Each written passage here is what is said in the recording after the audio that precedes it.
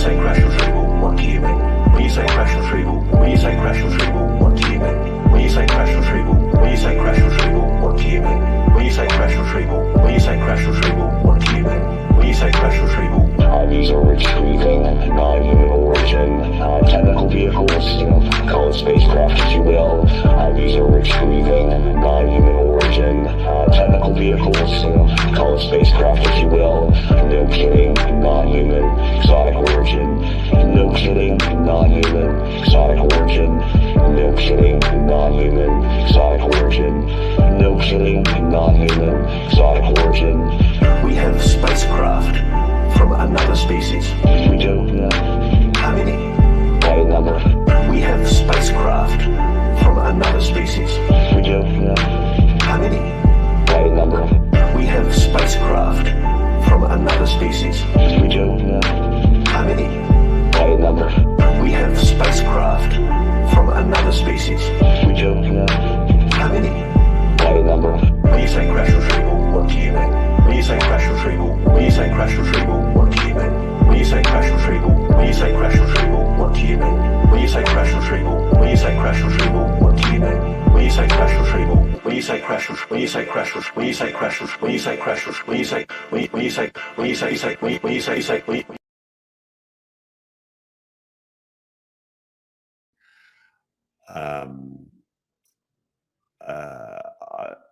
I probably would be more cautious about in terms of how we present it is the sphere story, for the simple fact that we just don't know yet whether it is or it isn't non-human technology. We have new, conclusive proof, testable evidence of alien technology. Frankly, whilst a lot of people want us to say, yeah, it's alien technology, we're not going to say that. We have new, conclusive proof, testable evidence of alien technology. This renowned scientist confirms it all. Whilst a lot of people want us to say, yeah, it's alien technology, we're not going to say that because that's a terrible danger. We have new, conclusive proof, testable evidence of alien technology. A lot of people want us to say, yeah, it's alien technology. We're not going to say that. Alien technology. This renowned scientist confirms it all. We're not going to say that. New, conclusive proof, testable evidence of alien technology. This renowned scientist confirms it all. We're not going to say that, for the simple fact that we just don't know yet whether it is or it isn't non-human technology.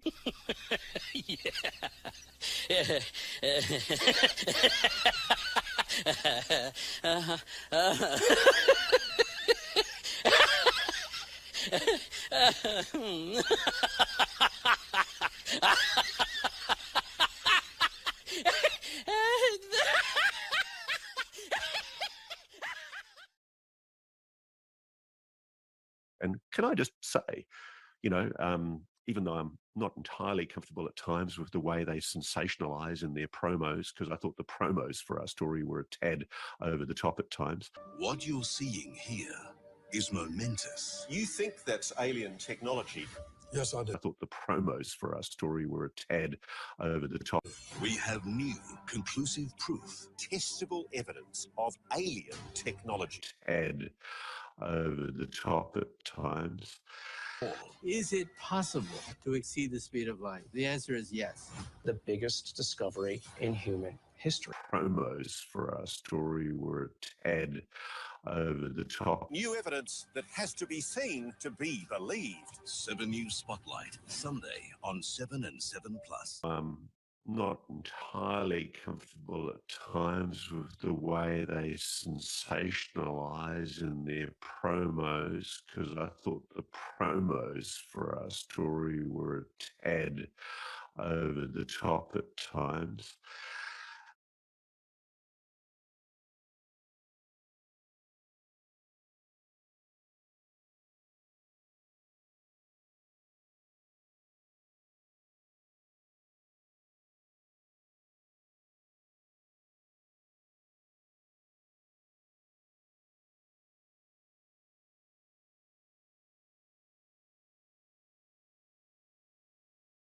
When you say crash retrieval, what do you mean?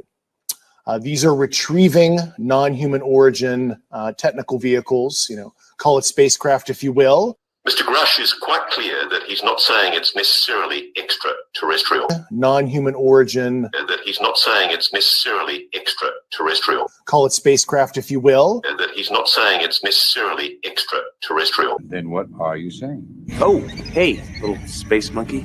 Non-human origin technical vehicles, call it spacecraft if you will.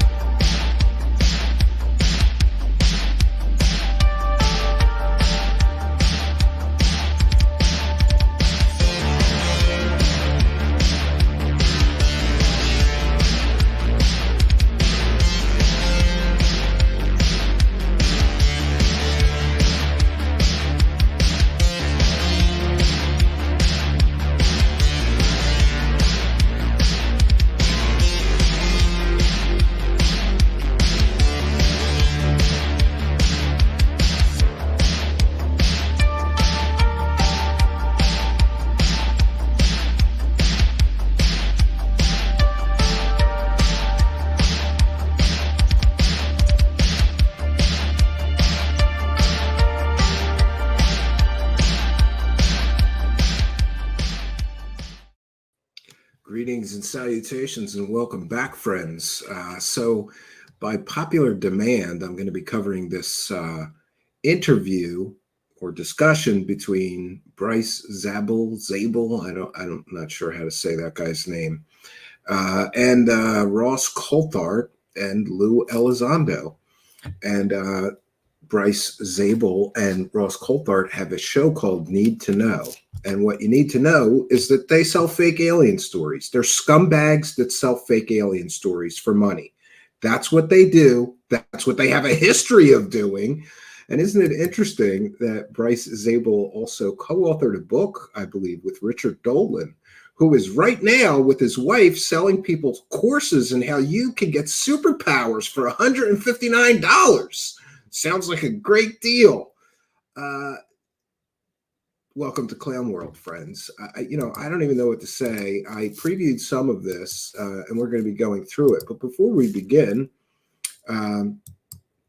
it's interesting that even true believers of Lue Elizondo are now like rats leaving a sinking ship. Even people who have been viciously nasty to me because of my accurate coverage of the fact that, Lue Elizondo never ran a real Pentagon UFO program. Even people that have been defending him for years and years and have been viciously attacking skeptical people like me for years are now turning on him. And interesting. Right before broadcast, Jess sent me this. Go Kick Rocks. Joe Murgia, at the UFO Joe, who has been, nasty to me more times than I can count, right? Tell me how wrong I was about Lue Elizondo. Well, apparently he's jumping ship, and he has left the Lue fold and has even been gotten blocked by Lue Elizondo, which proves that Lue Elizondo is an intellectual weakling and a coward whose so-called evidence is so flimsy, or some would say non-existent, that he can't withstand even the most basic questions about the claims that he makes. Lue Elizondo is a grifter like all the other grifters. There, I said it. And also before broadcast today, I got more complaints from a particular individual whose position is, well, Stephen, it's funny when you make fun of David Wilcock or Corey Good, because those people are grifters, but not Lue Elizondo. Listen, Lue Elizondo has started, what is it now? Started or been a part of 5, I believe, for-profit UFO companies since 2017. If he's not a grifter, why does he have to keep creating companies to make money out of the UFO topic? That's something a grifter would do, I would think. Call me kooky, right? For thinking that somebody that has, collected millions of dollars with him and his friends, claiming they were going to build a spaceship and collected millions of dollars in investment money from UFO fans. Call me kooky in thinking that person might be a grifter. And, it's important that we recognize and understand and realize there's no difference between Lue Elizondo and David Wilcock or Corey Good. David Wilcock and Corey Good sell stupid people completely fake stories for money. Lue Elizondo is right now currently selling stupid people fake stories for money, or at the very least selling evidence-free stories. And you see this circle jerk that goes on in the UFO community. We've talked about it here many times. Some people have called it a self-licking ice cream cone.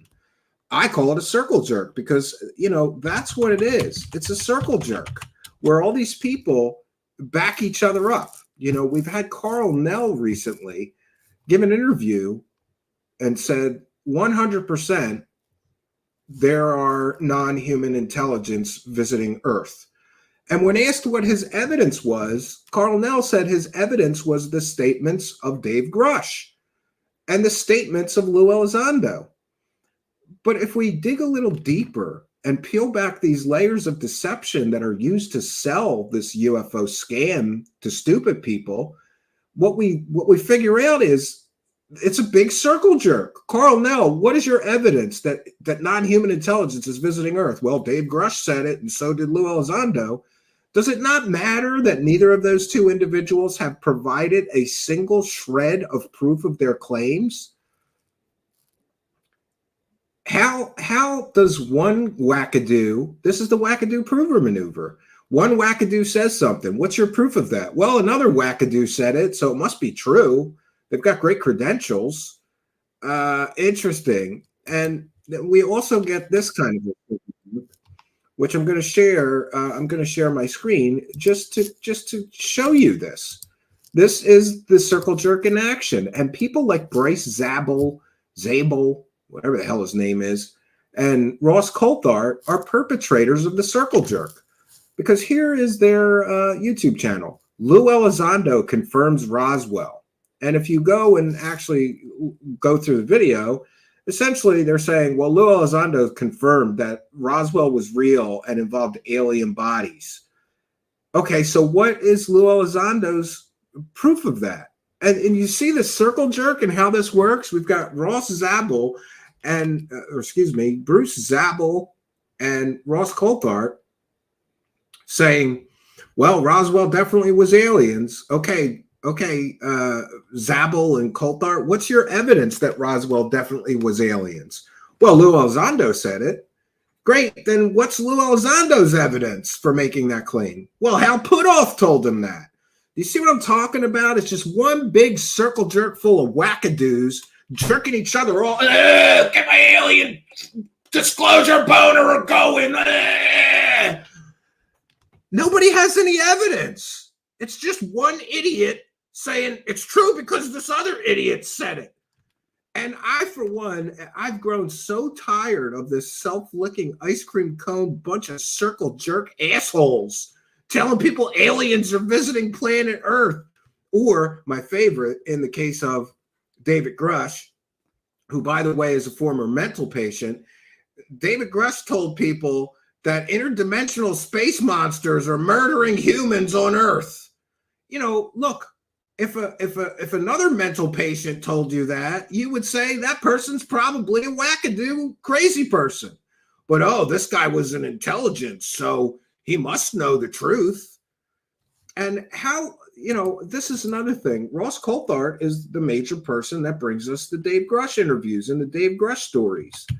But Coulthart never proves anything. And in fact, we can prove that he sold 100% provably fake stories over and over and over again.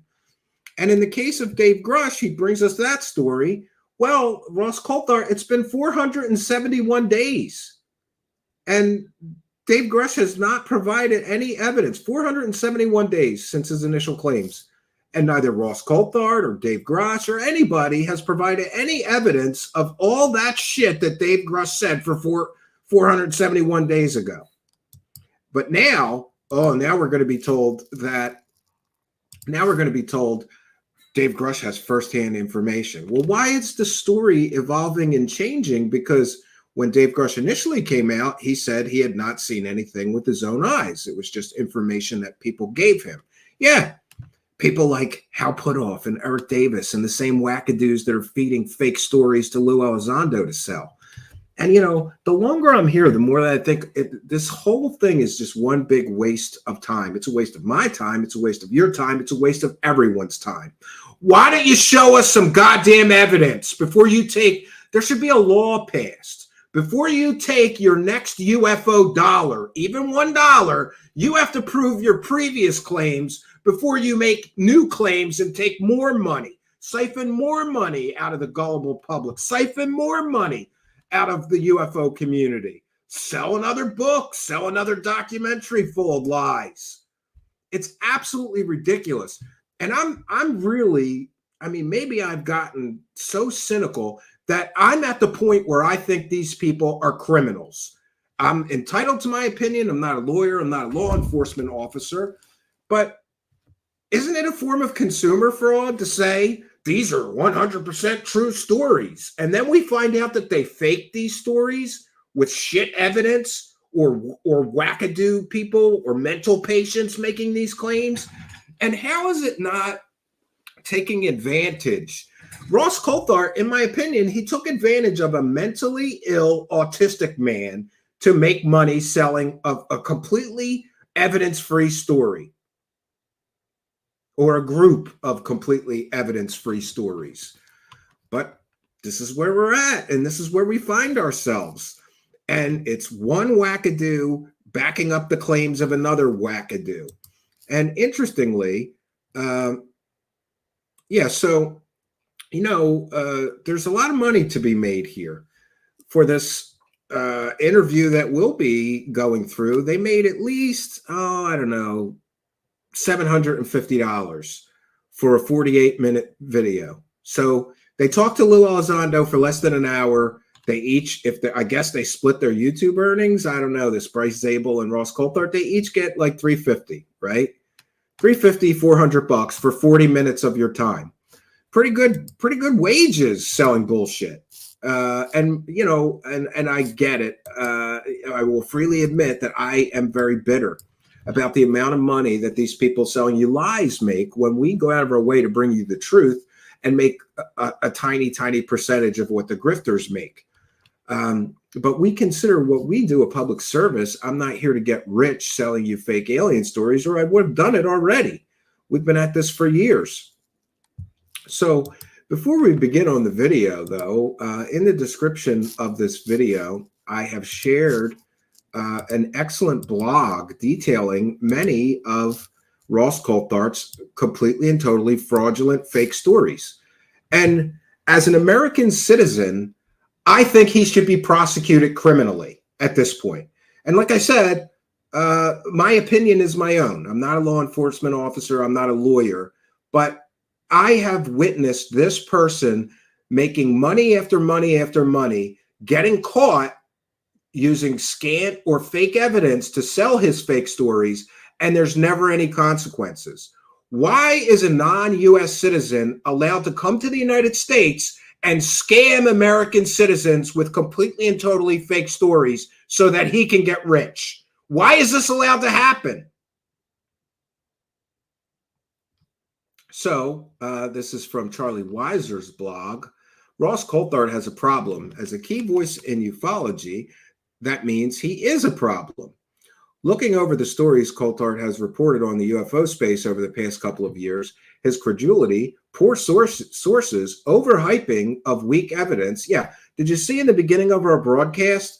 He lied through his teeth and said they had conclusive proof of alien technology confirmed by Michio Kaku to sell a documentary. Then they realized that they had lied too much and used completely and totally deceptive practices. They had to take that documentary off of YouTube for fear of losing their entire YouTube channel, I believe. Telling people you have conclusive proof of alien technology confirmed by Michio Kaku so that people click on your documentary, to me, is not just deceptive practices. That's a form of fraud. Ross Coulthart is a fraudulent, lying scumbag. There, I said it. Overhyping of weak evidence and failure to issue retractions are adding up to severely impact his credibility. This is a rundown of some of his UFO work that I find problematic, cases that I personally find interesting. Unfortunately, this shoddy work casts doubt on all of his reporting. You know, there's a reason that a clown like Lue Elizondo, the fake Pentagon UFO program director, has to go to a disgraced scumbag fraudster like Ross Coulthart to do interviews. There's a reason, because a real journalist would rip Lue Elizondo to shreds, right? When is somebody going to ask them? When is somebody going to ask Lue Elizondo, what happened to the millions of dollars you and your friends collected with TTSA? Where's all that money? Now you're back selling an evidence-free book with false claims in it and no evidence in it. You want more money out of the UFO community. A real journalist, especially one like me, who is, you know, knowledgeable about Lue Elizondo's history of lying to the public, lying to the New York Times, lying to TTSA investors, lying to interviewers over and over and over again, would rip Lue Elizondo to shreds. I would leave him in a puddle of his own piss after an interview with me. He couldn't take it. But no, Lue Elizondo will go to a garbage peddling scumbag like Ross Coulthart, who keeps getting caught selling completely fake stories, because he knows that Coulthart's there to play along. He just wants his piece of the money. Apparently, Ross Coulthart's willing to sit there like a dummy and let Lue Elizondo lie for an hour straight for $350. You know, and I've said this before, I'm going to say it again. It's okay to be a whore, to be a sellout, loser, fraudster, grifter, con artist, scammer, whore. It's okay if you're going to do that and fully commit to it. But don't be a cheap whore, Ross Coulthart. That's what your integrity is worth? You're willing to sit there like an asshole and pretend that Lue Elizondo ran a real Pentagon UFO program and all it costs to get you to play along is $350? What a loser. So let's go on with the blog, Patchgate. In August 2023, Coulthart excitedly showed off this Area 51 patch and the evidence-free story that came with it. He described the patch as coming from a UFO crash retrieval reverse engineering program.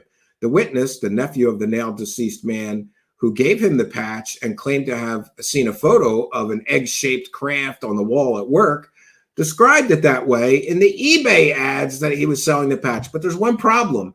In those eBay ads, Ross Coulthart's source couldn't get his story straight. In some of the ads trying to sell this patch, he said he was the guy who worked on the alien reverse engineering program at Area 51. In other ads, he said, oh, that was my uncle, and I got that patch from him. He's the one that worked on the alien crash retrieval reverse engineering program at Area 51. But as Charlie Weiser points out, the patch was quickly debunked. It comes from an electronic warfare and radar cross-section program at Area 51, and it has nothing to do with reverse engineering or aliens. The witness, Eric Tabor, when he came forward in December with his real name for the Daily Mail UK, told a story that conformed to the debunk.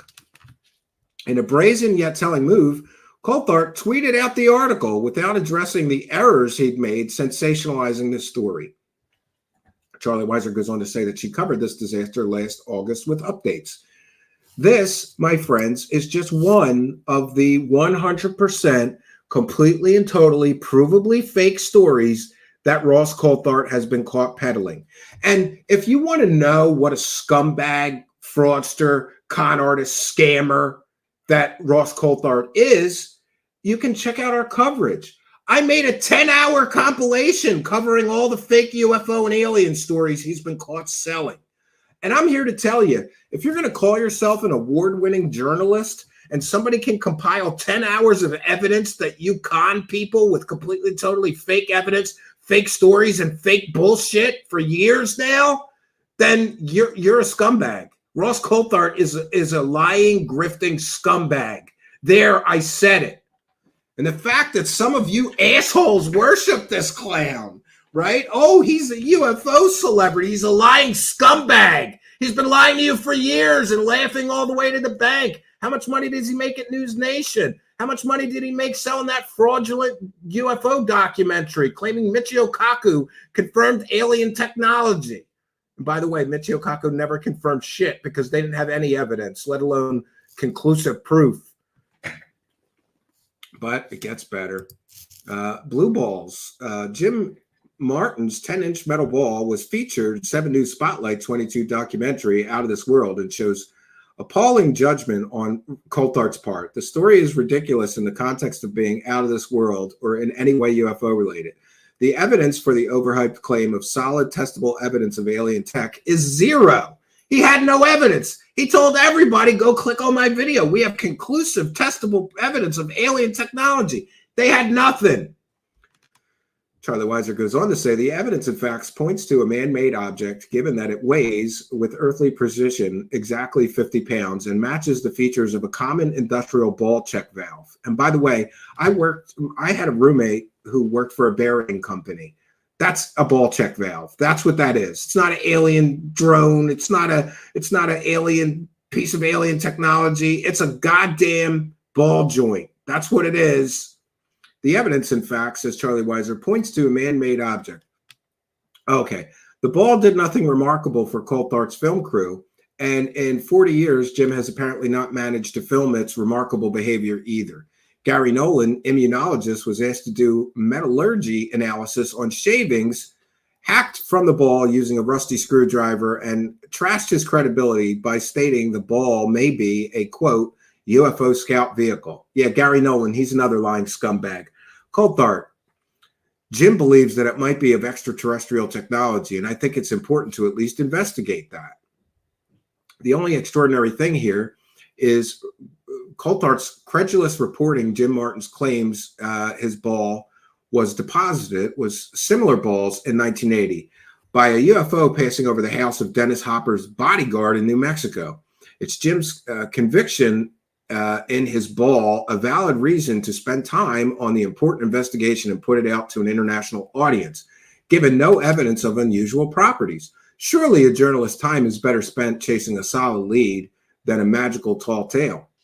Jim, the person whose ball it was, remember this was the Jim's ball stories. I have since seen videos on the internet of spheres just like this one flying in the air, doing all kinds of things, and apparently they're all over the world. Yeah, but this one does nothing. This leads to a segment on sphere-shaped UFOs, mention of Patrick Jackson, who thinks specks on old photos are orb UFOs, and Jim's ball watching TV footage of the Bet Spear from the 1970s. In probably the most damning mistake of the entire show. When it comes to investigative journalism, we are shown widely used vintage-looking footage of the Bet Spear rolling around on its own. Yeah, so they conflated two different stories.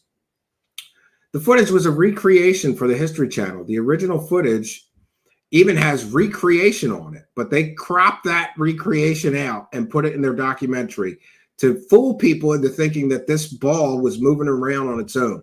Coulthart made an unsuccessful attempt to debunk Jim's balls. Obviously, I've spent a fair bit of time ringing engineering shops trying to find a 50-pound ball bearing, and there aren't many. I can tell you, there aren't many, says Charlie Weiser.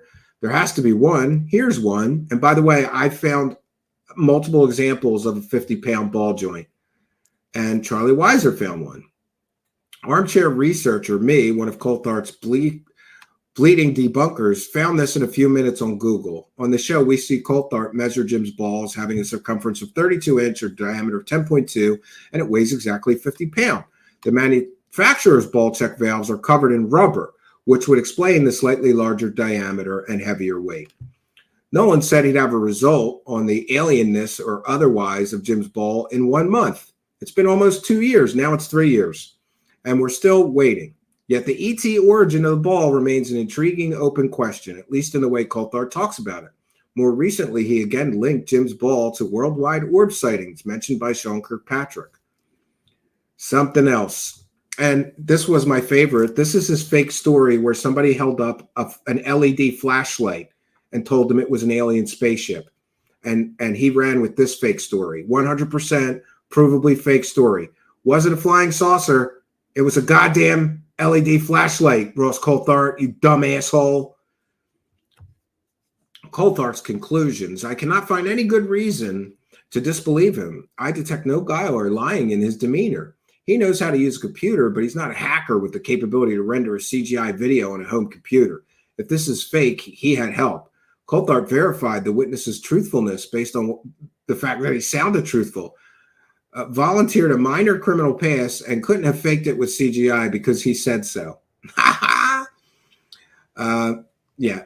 Flying saucer fable. And here's another one.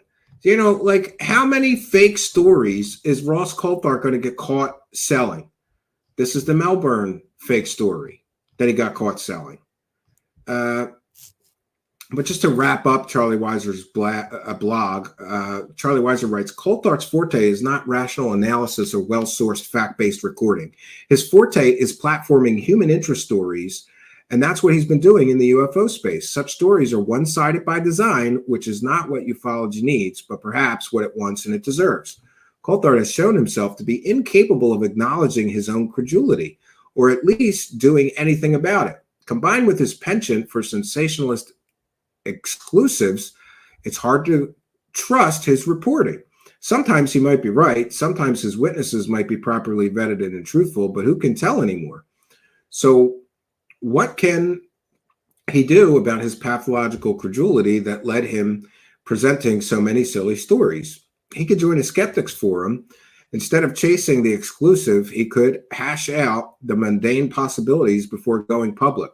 But then, of course, there would be no story. And that's the deal. He could debunk and bust these things as what they really are. He doesn't want to because there's no money in that. And then, of course, there's my favorite claim of scumbag Ross Coulthart. He claims he knows where a giant alien spaceship is, but he can't tell us, right? It's absolutely so ridiculous. So I have put, I'm going to put my fair use banner up here. I have put the video we're going to be sharing. I've put the original link to it in the description of our video or podcast here, but I'm actually going to be sharing a mirror so that these grifters, man, they have their ads cranked up to maximum, and I don't want to stop and have to skip ads. So just bear with me one moment. And while I do that, I want to take a moment to welcome in the live chat. I see we have a great attendance tonight, and we have some kind and generous benefactor already. We want to thank Railroad Bum, who says the Billy Goat Patriot can't lie. He said so. Laugh out loud. Well, we thank you for your kindness, generosity, and support. Of course, the Billy Goat Patriot can't lie. Yes. Lue Elizondo once said that, who is it? Eric Davis can't lie. And then Eric Davis said he never ran ATIP. So there's that. Railroad Bum. Thank you for your kindness, generosity, and support and helping us to. Praise the cash, praise the cash, praise the cash. Right, we're praising the cash tonight, friends. If you have any super chats, get them in. We read every single one, and we thank every single person sends any support our way. We also give you a big shout out and thank you if you become a YouTube channel member during the live broadcast. Let me see here if we can't find that. I've mirrored it here. Oh, I do have it. Okay. We're going to be going from a mirror so that we don't have the ad.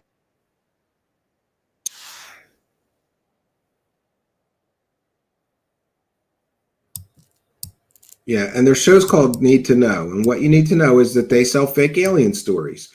And, you know, I've been thinking about this. Like, some of these people have wives and children. Like, what do you tell your kids? Like, Daddy does a real good job fooling people on the internet and selling fake stories to stupid people. You should be proud of Dad. I made a lot of money selling this fake alien story or that fake alien story. Like, Ross Coulthart has a wife and children. How do you look your wife and children in the face, you scumbag, knowing that you lie to people every day for a living? It's ridiculous. It's ridiculous. I'm sorry if I think they're scumbags. If you have a wife and children and you decided, you know what I'll do for a living? I'll lie to people on the internet and sell completely and totally fake alien stories for money. Then you're a piece of shit. You're a piece of shit. You're a scumbag. You should be ashamed of yourself, being a father and a husband and doing this shit for a living. But this is where we're at, and this is where we find ourselves. I think Bruce has a family too. Bruce, I got a question for you, Mr. Zabel. Does your wife know that your partner for your podcast keeps getting caught selling completely and totally fake stories? Does your wife know how many times your partner in your podcast got caught lying through his teeth to sell a completely and totally fake story? Does your wife care about you at all? Do your children care about you at all? Because, I don't know, my family, if they knew that I was working with a scumbag that keeps getting caught lying to people for money and keeps getting caught manufacturing completely and totally fake stories for money, they would tell me to cut my ties with that person. In fact, I'm sure my wife would demand, if I was ever in business with somebody that was so unethical, so despicable that they kept getting caught lying to people and basically committing consumer fraud to make a living, my wife would threaten me with divorce if I continued to work with that person. Where's your wife in all this, Zabel? And I know, you know, people are going to attack me for saying this. I'm just enunciating my thoughts on this. Bruce Zabel, don't you have people in your life that care about you that will tell you, like, maybe you shouldn't work with scumbags like Richard Dolan, whose wife and him are selling people superpowers for $159?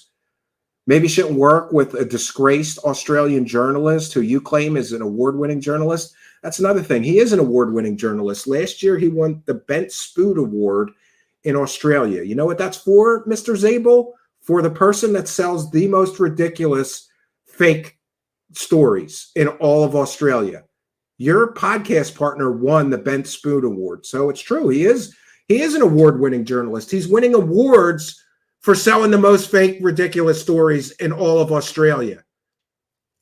But this is where we're at. This is where we find ourselves. I want to mention that this is fair use. This is a transformative work. We'll be educating the public and discussing the video that we are sharing. We want to thank Go Kick Rocks, who tipped me off. Thank you, Go Kick Rocks, for kind and generous $10 super sticker. Thank you for your kindness, generosity, and support, and always sending me good little bits to share in the show. We appreciate you. Thanks for appreciating us. Go Kick Rocks, helping us to praise the cash, bitches! Praise the cash, praise the cash, praise the cash. All right. So before we begin, I want to take a moment to talk again about wait, that's the wrong one.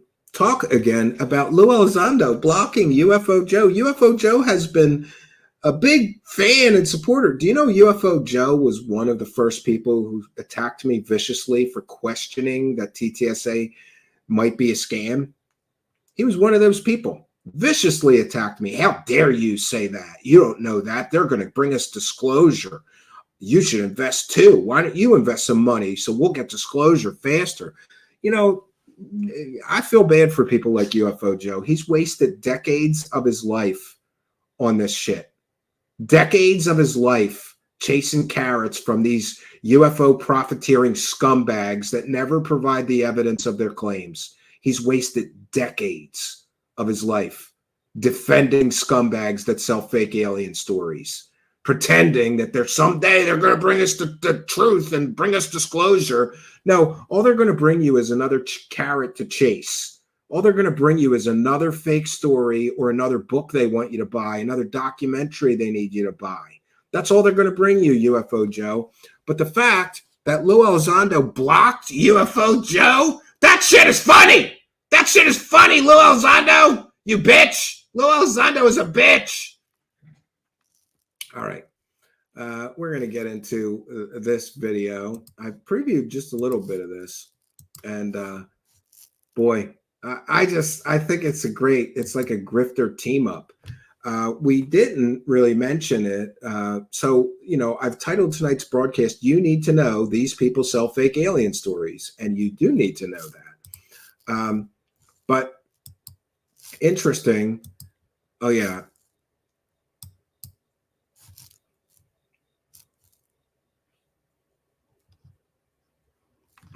So I'm going to share this first. Joe Murgia. The reason you can't see Lou's posts in my recent quote tweets of him is because he blocked me. Pretty weak, Mike Colangelo says.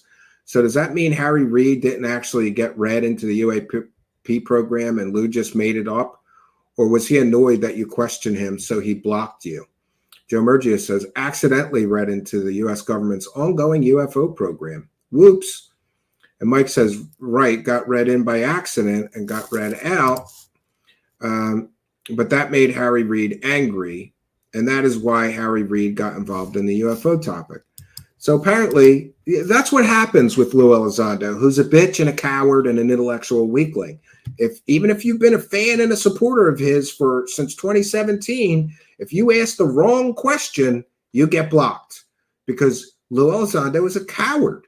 And he knows that he's a grifter. Listen, if you were being honest, would you have to block everybody asking hard questions? No, because the truth is the truth. Manufactured fake truth can't withstand scrutiny, but real truth can. And Lue Elizondo is not bringing anybody real truth. And speaking of fake stories, Lue Elizondo collected millions of dollars with his buddies and TTSA, claiming that they had alien spaceship parts. Those turned out to be a missile casing. Did he give all those millions of dollars back that TTSA collected while they were claiming that they might be in possession of alien spaceship parts? Of course not. He kept the money. And he laughed at you dumb dickheads that think he's a hero. He's a zero, not a hero. All right, let's get back to the video. This one's about an hour, 48 minutes long. So I think we can get through it without me. Sometimes I just can't take it. I just get a bullshit overload. I get like BS exhaustion and I can't finish the video, but we'll see how this one goes. So this is fair use. This is a transformative work. We're educating the public and we'll be critiquing the video and these lying scumbags in the video. Major media circuit. And we want to talk to him about that experience, but also by kind of following up some of that, it's going to give us the opportunity to take a look at some of the questions that maybe didn't get answered. I'm going to translate. So Bryce Zabel and Ross Coulthart want to lick Lue Elizondo's asshole because he's been on a media tour selling his evidence-free book lately. That's what they want to do. They both want to lick his asshole. They want to get in there good. Get in there good, you guys. Get your money. Get your money. Or to follow up on some of the things that we'd like to know a little bit more about. So let's get right to it. Let me bring in Ross Coulthart from across the sea. Ross, that was quite a great interview that you did. You were the starter's gun for all of this madness. It seems like, I guess it was only 3 weeks ago, something like that. Yes, Ross Coulthart does a completely and totally terrible job interviewing Lue Elizondo. And Ross Coulthart, of course, plays along. A real journalist would ask Lue Elizondo, what happened to the millions of dollars that you and your buddies collected with TTSA? What happened to the alien spaceship parts you claimed you had? What happened to the alien spaceship you told investors of TTSA that you were going to build that would have a revolutionary power source that would change the world? What happened with that? Ross Coulthart didn't ask him any hard or critical questions because Ross Coulthart's in on the scam. That's the way this works. They work with people that are in on it. They're both in on it. All three of these clowns are in on it. They're here to extract as much money out of the UFO community and the public as general as they possibly can out of this topic. They have no evidence. They have no actionable or real information. They are lying, grifting scumbags. There, I said it. All right, let's try to continue. G'day, Bryce. Yeah, lovely to be talking to you again, and very excited to be speaking to Lue here on Need to Know. I think it's important before we bring Lue in just to introduce him, because one of the things that you and I have been talking about is that a lot of the podcasts don't explain exactly who Lue Elizondo is. Oh, this is going to be great. Which version of who Lue is are we going to get? Are we going to get the 2017 version where he claimed he ran a $22 million Pentagon UFO program for 10 years? Or are we going to get the retconned version?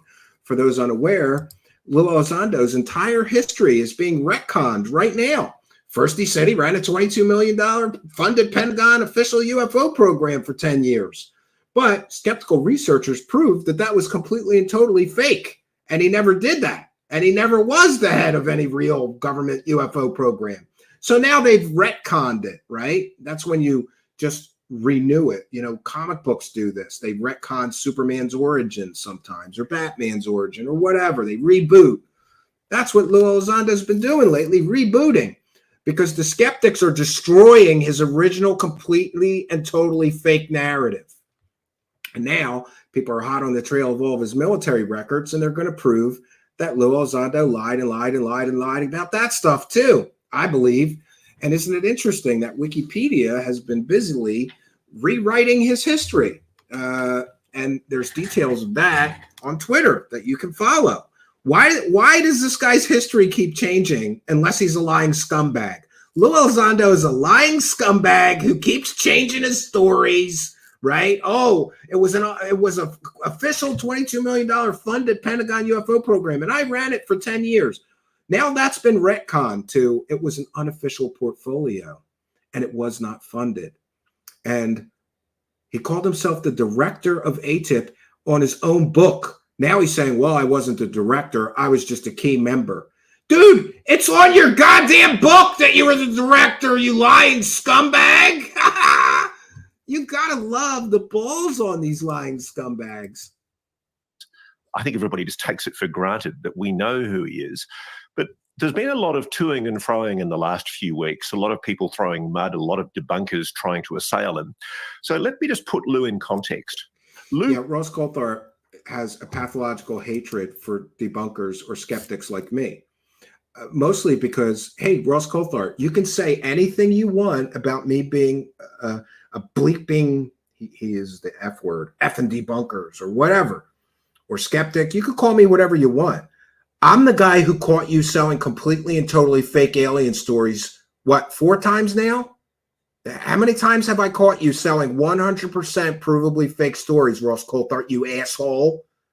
Right? But you're going to take shots at skeptics, right? How dare you? I love this attitude. Pardon me. I love this attitude he has. How dare these skeptics tell people the truth and ruin our lies for cash stories? It's ridiculous. And yeah, skeptics, they're not throwing mud. They're telling people the truth while you and your scumbag Zabel partner here and scumbag Lue Elizondo are lying through their teeth to the public for UFO dollars.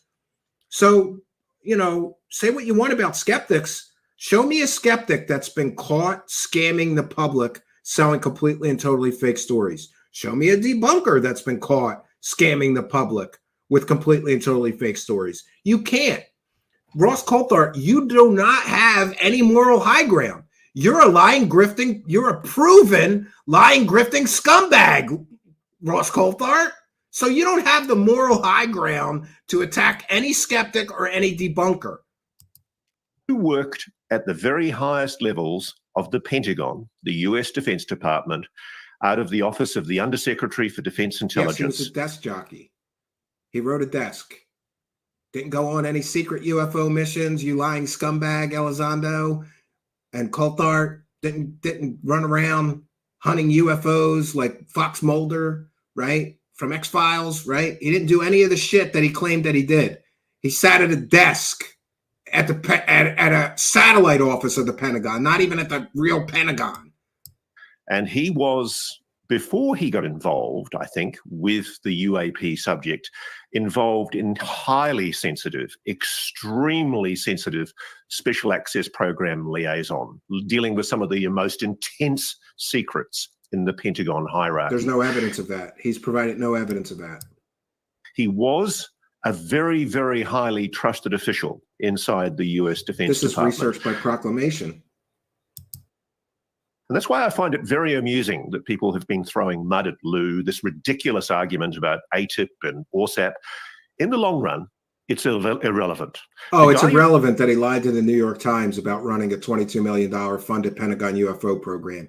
Now he's pulling that back and saying, well, it was unfunded and I wasn't the director of it. I was just a key member of it.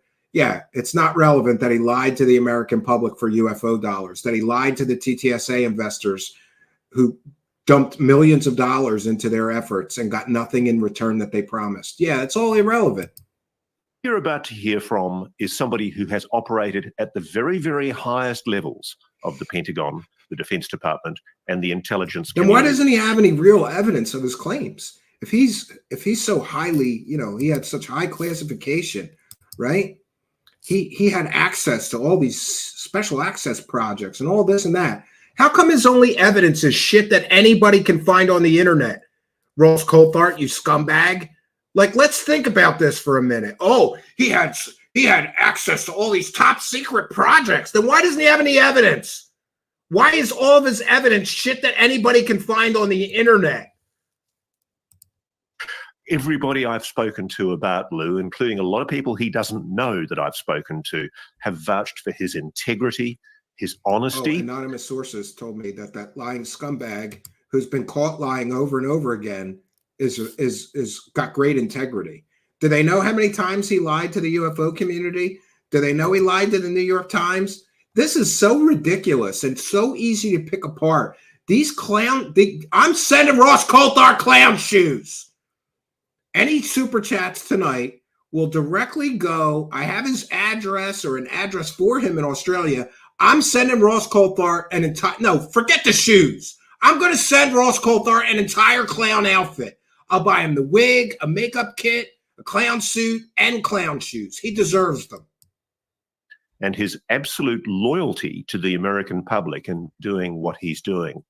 So, Bryce, let's bring on Lue Elizondo. He doesn't have loyalty to the American public. If he did, he wouldn't have possibly, allegedly, taken videos that didn't belong to him that were government property and then gotten a book deal and a TV show deal with them.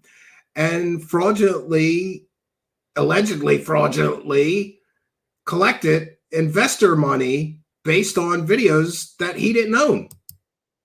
Let's get him. Hey there, Lue. How are you? That was government property. Gentlemen, thank you so much. Not It is his. truly my honor and privilege to be with you here today. Lue, you've had the honor and privilege of being on a lot of podcasts and a lot of media. I've seen you on a bunch of them. And I just had one quick observation. When I saw you on CNN and I think CBS and maybe a couple of others, to be honest with you, they give you like that 3 to 5 minute window, right? Yeah. Maybe they'd give him more time if he actually had anything other than trust me, bro stories, right? What are you going to do? Interview him for an hour and just let him talk and provide no evidence?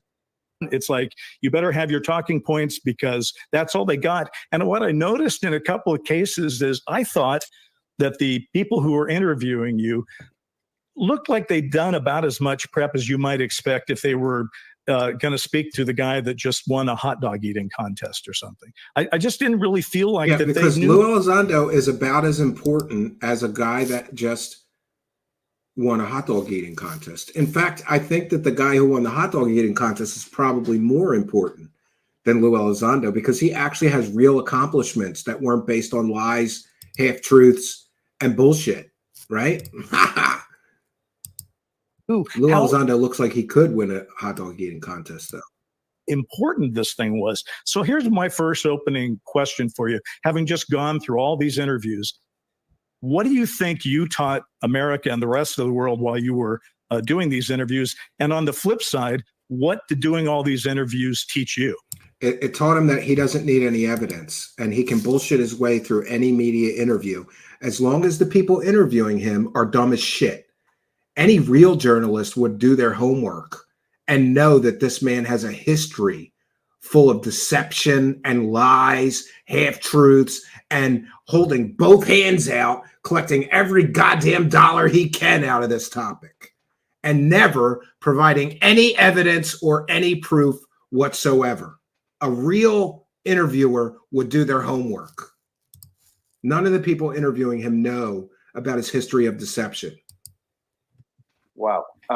Well, first of all, let me preamble if I can. I think mainstream media has got a lot going on right now, and it's easy. You know, we refer to something as combat fatigue in the military, but the media suffers from the same thing. And you've got so many of these issues du jour, right? Whether it's elections or it's the ongoing conflicts right now over in Israel or the Middle East, or with Russia and Ukraine. And of course, an election coming up as well, right? So there's a lot of issues. So it's very easy to get distracted. The UAP issue is we're playing a long game. This isn't a soundbite. This isn't a headline and then it goes away. This has been a very slow and steady process. Oh, yeah. A slow Disclosure march is not a sprint; it's a marathon towards ultimately what we hope to be complete disclosure. So with that said, I want to make sure we don't put blame on mainstream media because I think they've got their hands full. And let's not forget that until recently, the last maybe 6-7 years, this topic was completely taboo, right? This was a professional career ender to even consider taking this topic. It should be a career ender to any serious journalist because all these clowns don't have any evidence. They've got werewolf stories. Seriously, and had it not been for people like you and Ross Coulthart and a few others that just said, you know, to hell with the stigma and let's chase the story, we would still be in that situation. Now, what have I taught media? You taught them probably that they don't do research. They can just interview you. I'm about as attractive as a cement truck. This is it. This is as good as it gets, right? So I'm probably not the best guy to have on camera. With that said, what I have learned from the media is that there is a significant interest in this topic, and you're right. That it's like it tends to be like a puddle on the sidewalk. It's not very deep. Their knowledge base is not very deep. Maybe what they've seen in Hollywood in a movie, or maybe what they've read in a book. But for the most part, they don't have a deep knowledge of this topic. And they also don't have a deep knowledge of Lue Elizondo's incredible history of deceiving people for money. And so they've taught me to some degree to have patience and exercise that patience. Try not to get frustrated if they're not asking me the questions that I think they need to ask me. I think they're probably asking the questions they think they need to ask me. And for that, I'm okay with it. You know, this is, like I said, this is a marathon, not a sprint. And when is he going to get a hard question, though, from one of these interviewers? Like a real question, like, okay, you've been making money out of, how much money have you made out of this topic since 2017? You got a TV show deal, a book deal. You and your buddies collected millions of dollars with TTSA. There's talk that he's got a documentary coming soon. How much money have you made out of this topic? And isn't that perhaps a motive for why you keep pushing this topic? And question number two, that is a very important question. How much money have you made? Show us your tax returns, Lue Elizondo. Lue Elizondo crying that he's done this all for free. The guy got a book deal. The guy got a TV show deal, and he's lying through his teeth saying that you've had all my efforts for free. So the first question any interviewer should ask him is, how much money have you made since 2017 on this topic? And the second question should be, you've made all this money. Where is the evidence of your claims? But we don't get that.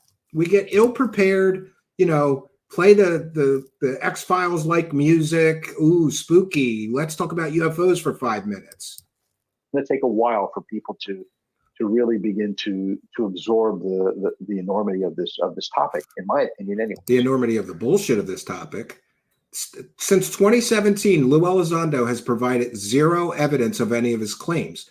But what we can verify is he lied about a lot of things, and that he purposefully, allegedly, made completely and totally false claims in order to collect money from the public, both with TTSA and in other areas. Ross? Lou, Nancy Mace, the Congresswoman for South Carolina, has just announced in the last few hours that there's very likely to be a UAP hearing in September, I think she indicates, or maybe in October. I don't know if it's realistic, to be honest. One, do you think it's realistic there is going to be a hearing before the election? And two, is Lue Elizondo going to be called to testify? I want to see you under oath, my friend. Yeah, this is going to be interesting, because I'm gonna tell you this right now. If Lue Elizondo is actually going to testify to Congress under oath, I'm going to send every senator that is there a dossier. I'm going to send every senator that is going to be able to ask him questions under oath his history. And maybe he's going to think, oh, I'm going to show up to Congress and this will be great for book sales. And I'm going to get away just like I always have with easy questions. No, you're not.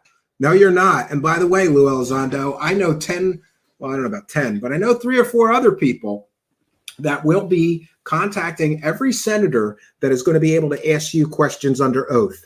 And you're going to have to answer some questions like, what happened to all that money from TTSA? Did you lie to the New York Times for personal profit? Did you steal those? Did you take those videos from the Pentagon when you knew they were not for public release, and then make money out of them with TTSA, and make money out of them with a book deal, and make money out of them with a television show deal, even though that they were not intended for public release? Did you make money out of government property that you took out of the Pentagon or got out of the Pentagon? These are the questions that he should be asking. These are the questions that he should be asked if he's going to testify under oath. I have a feeling that he will never testify under oath, because he knows that some of those senators aren't going to be idiots. Some of those senators are going to be fully briefed and informed on his entire years-long history of deception and profiting from government property, profiting from completely and totally false claims like, I'm going to build a spaceship. Give us money. He's not, I don't believe he will ever testify under oath, because he's got to be worried that the grift will come crashing down. But one can hope. Sure. So again, 2-part question. Let me answer the first question, and then I'll go to the second one. There is going to be hearings. Now, whether they occur in end of September or October or perhaps even November, you're right. Let's waste more taxpayer money on our fantasies, our evidence-free science fiction fantasy stories. What do we get out of that Grush hearing? Nothing. Nothing. We got zero proof of anything. We got a mental patient sitting in between Jeremy Corbell and George Knapp, 2 other scumbag grifting liars, right? Claiming that interdimensional space monsters are murdering Earthlings. That's what we got in those hearings. Completely worthless. That's a huge distraction. And so they have to pretty much, if you will, weigh the pros and cons to determine, is the timing right now, or should we wait till after the elections? That's a decision that I certainly can't make, nor can I influence. To answer your second question, I've already made it perfectly clear that if I am asked to testify, I will absolutely testify. Now, with that said— Good. I hope he gets asked to testify. And then myself and a few other individuals will make sure that he's asked the hard questions that all these UFO circle-jerking scumbags refuse to ask him, because they're all in on the con. They're all in on this. There is going to also be, I think, Senator Gillibrand recently made an announcement that she is also going to have some people testify.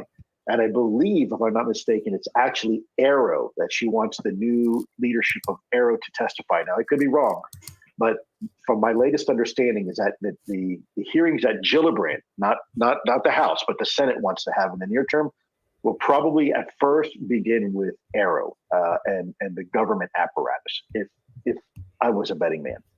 Good. And maybe Arrow will finally be forced to admit under oath that all of Grush's so-called 40 other whistleblowers were people like Hal Puthoff, Eric Davis, Lue Elizondo, Carl Nell, Gary Nolan, the same group of people that Stephen Greenstreet calls the spooky hustlers, the same core group, Skinwalker Ranch people, the same core group of people passing around stories, but nobody has any evidence.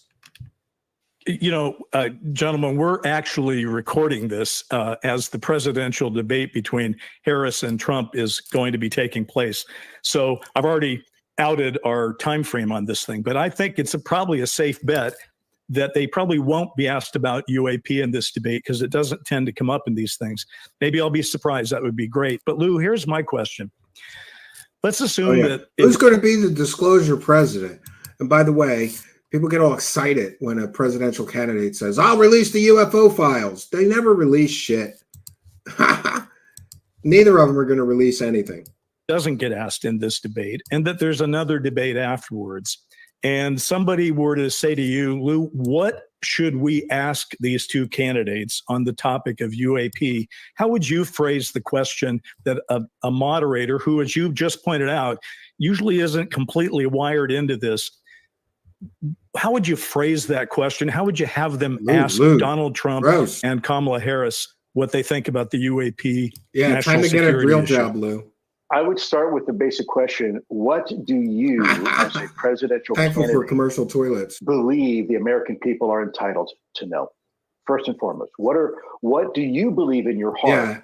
Yeah. Orbs are appearing in my house, but I couldn't set up a camera. Made aware of, okay? Because that's question number one. Because if they say, well, we have to keep everything secret because of national security, we already know their position. If they say, look, I think Americans should know as much as we possibly can tell them, whether or not we're alone in the universe. And look, if there's technology that maybe we've been able to glean from all this for free, we're probably not going to have that conversation with the American people. Why? Because we don't want our adversaries to know what we have, right?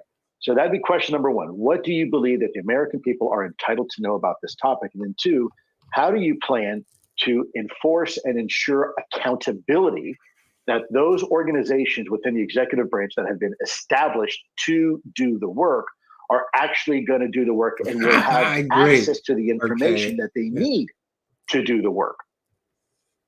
That's every a great day is question. a grift, y'all. Ross, I'll give you the right, next question. Absolutely. Okay, Lou.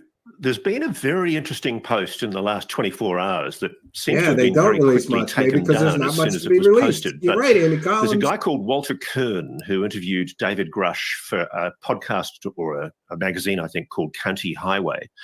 And in an interview, Ross, Walter asserted, and I don't know the truth of this, but I haven't spoken to David about it. He asserted that Dick Cheney is at the very top of the UAP secret keepers. Oh, Dick Cheney David Grush is holding up disclosure. Can you comment? Look, there's a lot of speculation about who may have known what and when. I am certainly not going to speak on behalf of Dick Cheney, nor have I spoken on behalf of anybody else, as you probably know. I can only speak on behalf of me.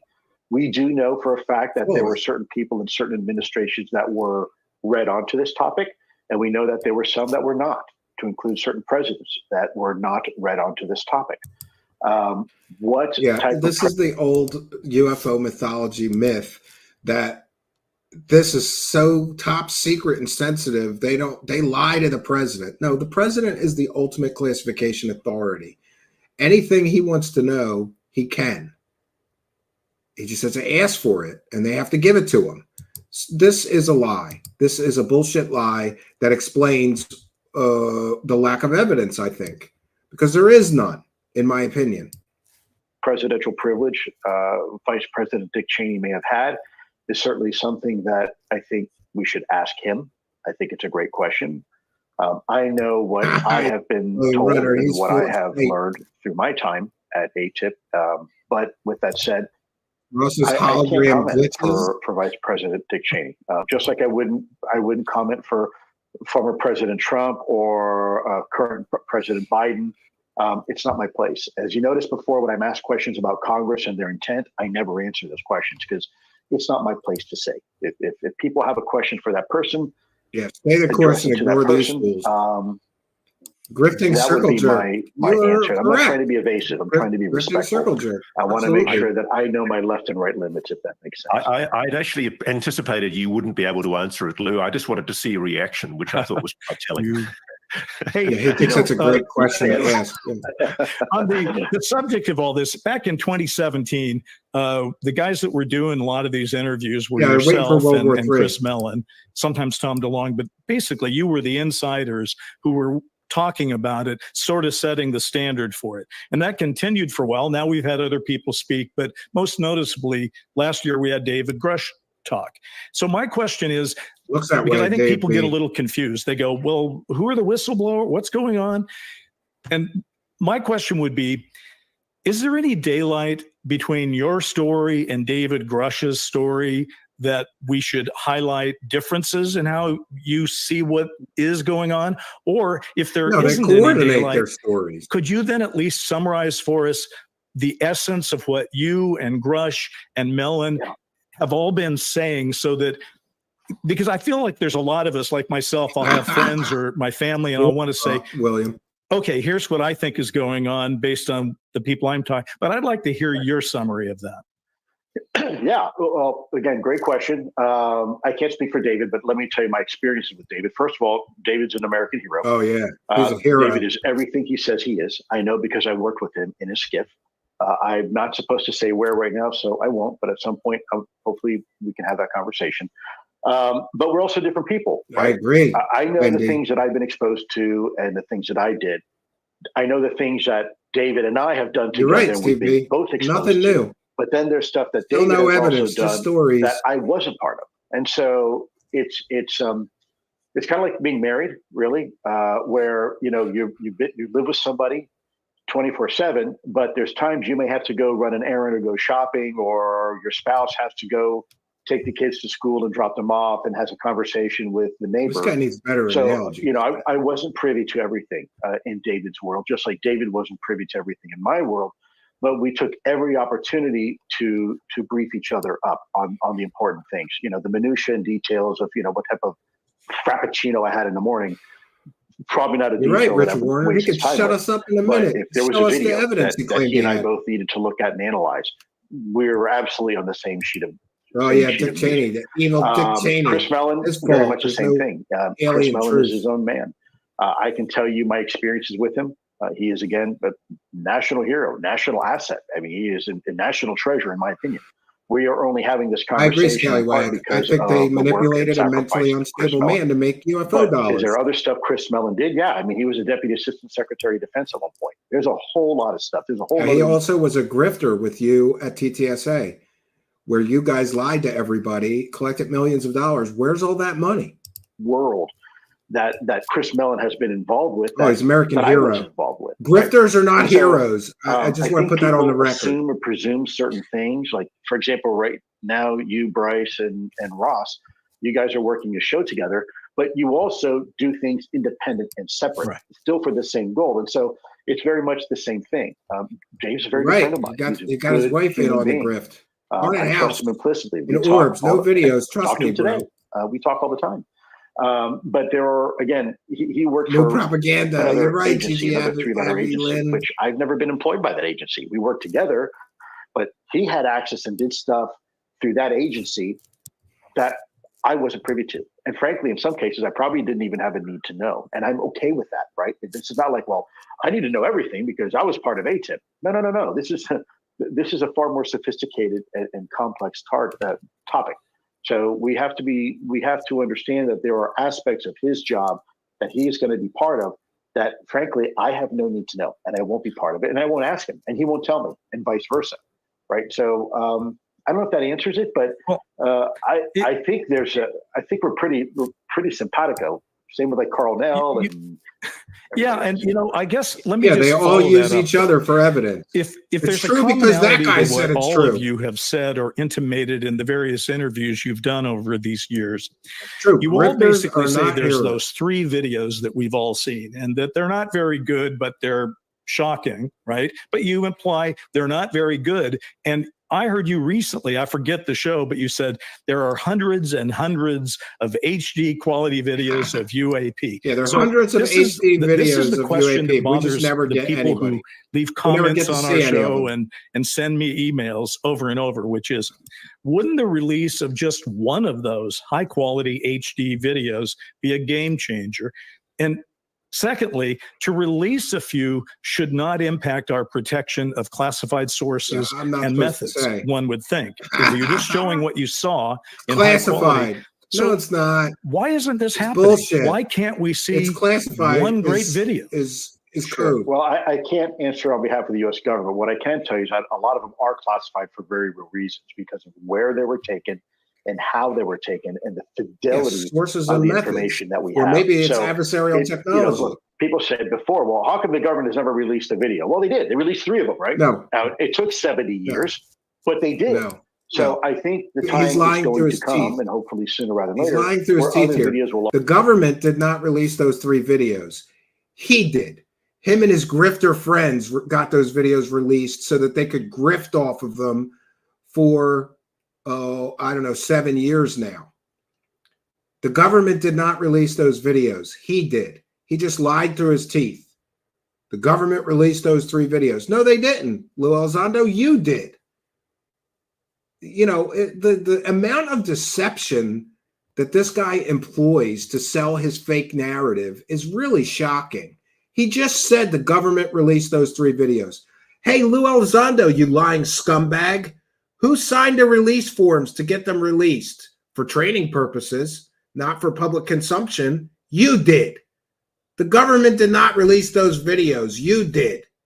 You and your scumbag friends got them released so that you could grift off of them and collect millions of dollars with your organization TTSA that was promising people spaceships. Will also be released, but you've got metadata that you've got to scrub. You've got locational data because we're doing things in places that, frankly, maybe the bad guys don't know we're there, right? And we're using certain capabilities that can do certain things. I agree, at certain times that we don't want the enemy to know. It's really hard Grifts of a feather, to take a video and strip all that information away with just a bunch of black squares. You could be right. To redact, the symbol, right? At that point, AI, the video almost ABS. becomes useless, really. So there are ways to do it. I think that there are people in government. Definitely Men in Black. Donald Trump just said that if he was elected, one of the first things he'll do is he agrees with releasing not only the JFK files, but also the UFO files and potentially releasing better video, right? Now, whether you're for Trump or against Trump, or it doesn't matter, right? I'm being apolitical here. I'm just saying that there are politicians right now as they're having the debate that are actually for disclosure. They're pro-disclosure. And again, I'm not saying vote for a candidate because they're for disclosure. No, that's bullshit because, listen, Donald Trump promised to release all the JFK files. And then when he saw what was in them, he told Judge Napolitano, this is a famous story. He promised, one of his campaign promises was, if I get elected, I will release all of the JFK files. Then he got his chance to do that. And apparently he saw what was in those files and decided he could not release them. Judge Napolitano, a one-time ally and friend of Trump, called him up and said, what's going on? You said you promised everybody that you were going to release those files. And Donald Trump famously said, I couldn't release them. If you saw what was in them, you would understand why they could never be released. Now, Donald Trump is once again saying that he will release those files. He broke his campaign promise the first time around, claiming he would release all the files. He didn't. Now he's saying he's going to release them again. And to be very honest, maybe Donald Trump is so pissed off at his political persecution and the lawfare that maybe he will. But I don't trust him when he says he's going to release those files because he said it before and then he didn't do it. I'm not saying that. What I'm simply saying is that as an example, there are people, right? Barack Obama said recently that the same thing, that there's I agree very with him. compelling information. Embellisher at best that and there straight liar is, at worst. that these things are real. Look, Jim Clapper, right? He was on. You see no real evidence of UFO tech or biologics. He said one of his greatest laments and regrets was that he didn't push for disclosure more when he was the DNI or when he was the USDR, when he was at one of the various agencies. Right, GG, yeah. He should have looked into it more. He will say anything right now. So yeah, the grift is coming crashing down, and I think videos will be forthcoming. But again, look, with now today's day and age of deep fakes, you're never going to satisfy everybody. There's always going to be people whistleblower that, protection. That's not real. Oh, but they still can't show us any evidence. The government. Oh, this is whatever. It's you can't make everybody happy, unfortunately. And I'm not sure another video. Yeah, he said he would break it into 1,000 pieces. Maybe it does. Maybe it helps. I hope it does. But I think we may even be beyond that at this point in the conversation. Okay. Lou, you mentioned the JFK files that Trump has pledged to release, and that's a great segue for an issue that both Bryce and I are very engaged on. Let me ask you this way. Do you think there is a connection between the death of JFK and the UAP mystery?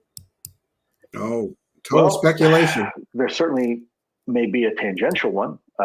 It was known that JFK wanted to release certain UAP UFO files.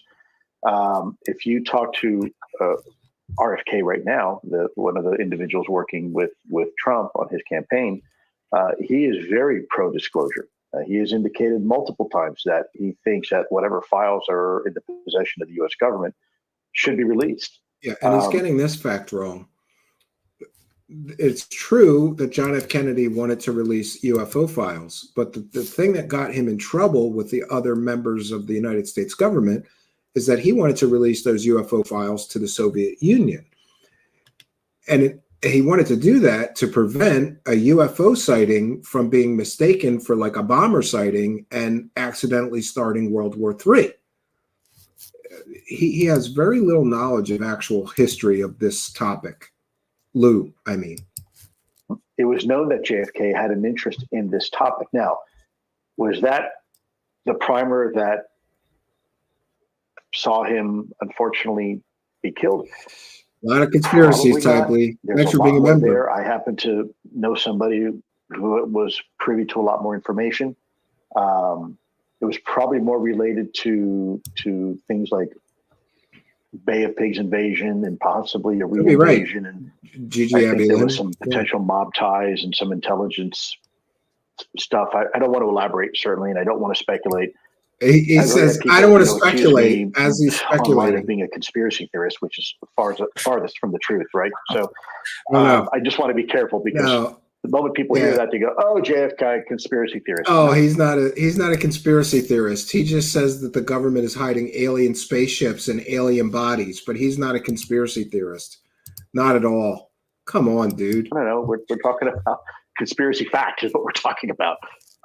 But I wasn't there and I wasn't alive. And so I'm going to be very careful not to pontificate on something that I don't have as he pontificates complete insight and speculates. Which he is says, I don't want to speculate. And certainly, or pontificate. You haven't brought up JFK in most of these interviews. I can't think of any more lies. I need to stop talking and be careful. But something you have brought up a couple of times. Yeah, there are two exactly. things you brought up, and I just want to make sure I'm understanding what I'm hearing.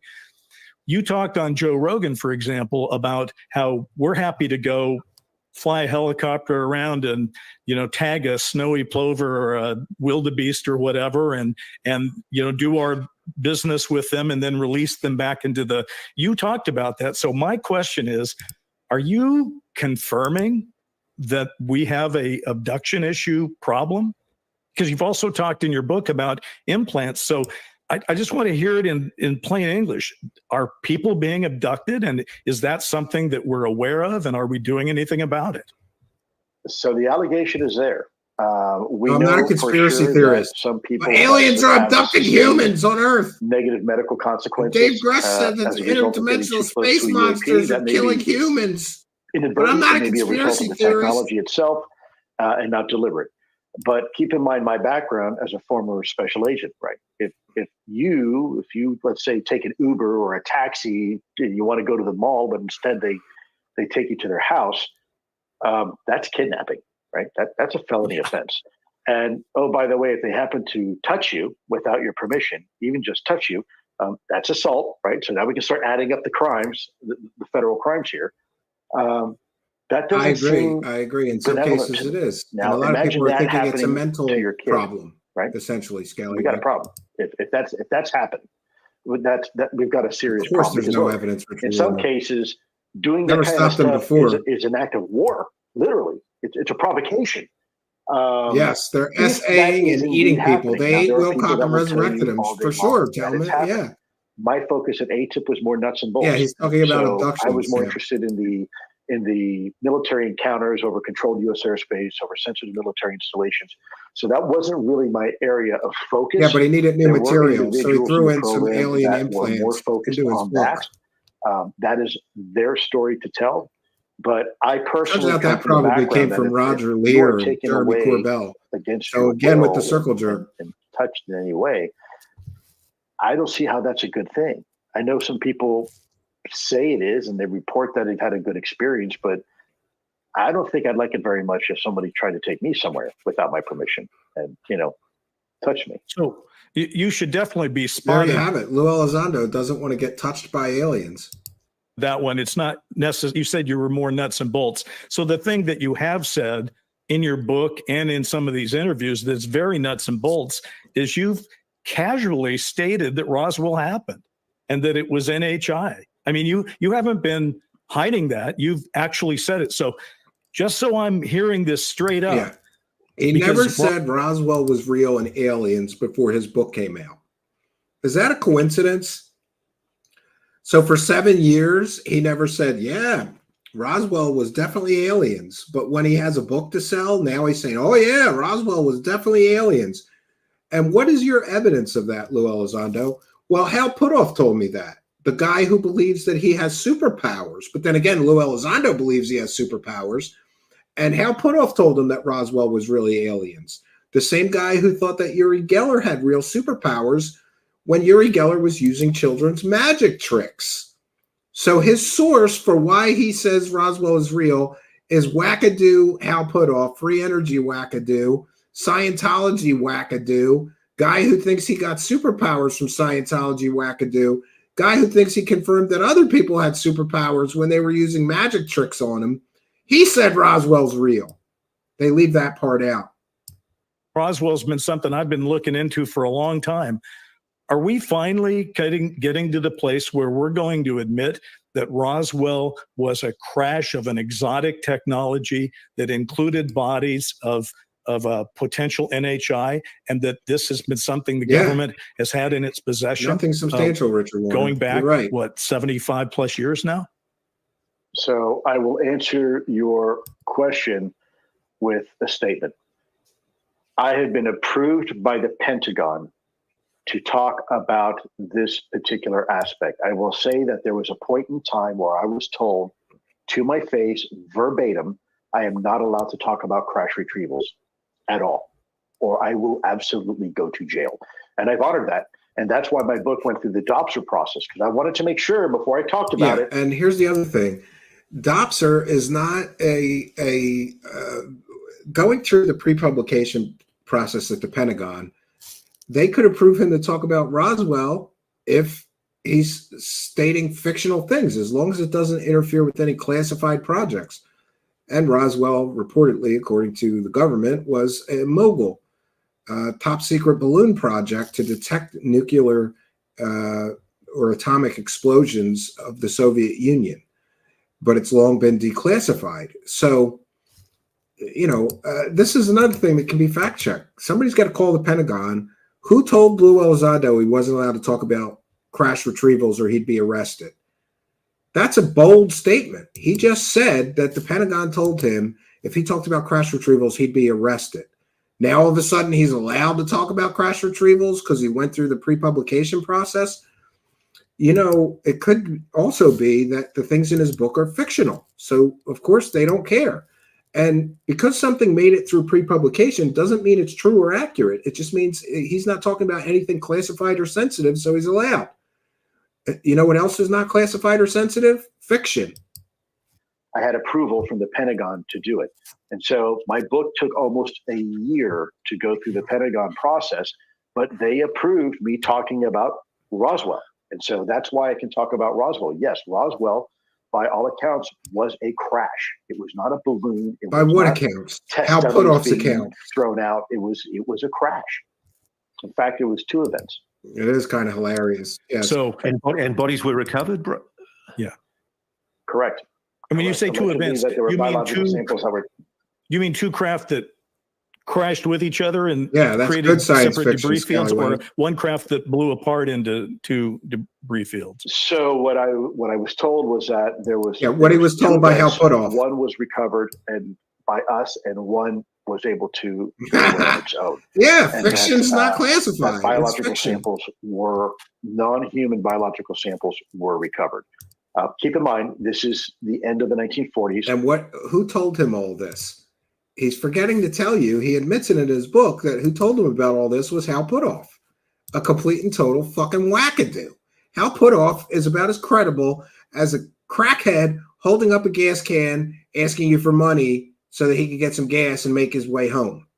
That's how credible Hal Puthoff is. And that's his source for who told him this. And notice he doesn't mention, oh, Hal Puthoff told me this. He obfuscates. He uses deceptive tactics and a layer of deception, saying, well, what I was told was, so that people think some credible person in the government who knew the truth about Roswell told him this. It's not a credible person in the government. It's Hal Puthoff, a complete and total Scientology wackadoo who believes that Xanadu and, all the crazy shit that Scientologists believe. Lue Elizondo wasn't alive then, but there were people and there were reports that were generated as a result of that event that colleagues of mine had access to. For the record, I would just like to say that I too was not alive then, even though I am older than I would like to be. Ross. I'm going to my mom's So, house. Lou, Yeah. I want to get into this issue of threats. So you've been assailed by some people for talking up a threat. In some interviews, Yes. you've given the Smash impression that cactuses you're and almost lizards. talking That's about non-human. a potential for invasion Lizards and by a cactuses non-human are intelligence. lizard. That's And not I just human want to quote to you intelligence. something from Jeff Kripal, Professor Jeff Kripal's new book, How to Think Impossibly, which I found a very interesting read. He says, I strongly suspect that what we finally have in the UFO phenomenon I always get is a Xeno and spiritual Xanadu. physical phenomenon that is being grossly misinterpreted as a conventional military threat or potential corporate technology, but that no one really understands, much less reverse engineers with our strictly physicalist assumptions. To speak paradoxically, and I hope shockingly, we are trying to shoot down souls. What's your take on that? Trying to shoot down souls. Well, again, you can't argue a negative, can you? I can't say that's not correct because, frankly, we don't know. If I can just digress here for just a moment. Look, there's more to this topic surely than nuts and bolts. Just like there's more to the topic of me when I go to the grocery store than just nuts and bolts in my car. There's all sorts of things behind it. There's intent and there's motivations and there's, if you want to say spiritual aspect, sure. I mean, we are, as human beings, I often say, if it's we a are spiritual thing, then how can they have physical craft and how can they crash? These people talking nonsense. Spirits having a physical experience.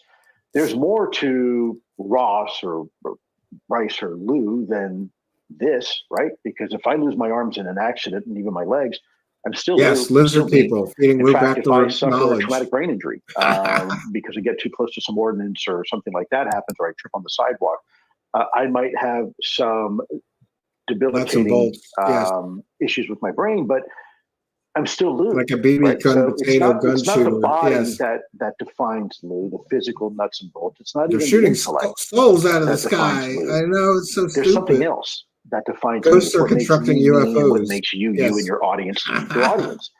because it's not just a physical He's body. trying to say and a they're brain. more than just The grifters. question is, You're what is right. it? Grifters And need medical for insurance. millennia, Lou is mankind saying. has been giving it labels like the soul, the spirit, the chi, the id, whatever you want to call it. But there is something else that's a little bit more perhaps elusive and yet indelible. They're eating the just a dogs. physical They're body eating the that Wilcox. makes us Yeah, and the the human crafter experience. Look, I amphibious. tell people all the time, Yes. you know, if you want to believe in transmedium, spiritualism, I can ask you a very simple question. Do you love your kids? Transmedium. People will say, yeah, of course I do. And my answer is, then prove it. How can you? You can't touch it. You can't taste it. You can't hear it. You can't smell it.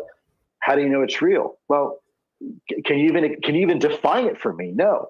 I mean, we all comparing feel it. We all know love it's there, and to yet UFOs now. we all have a very, very difficult time putting our finger on just exactly what it is. Tell me that you want to talk for an hour without saying inherently anything. accept it to be a real thing.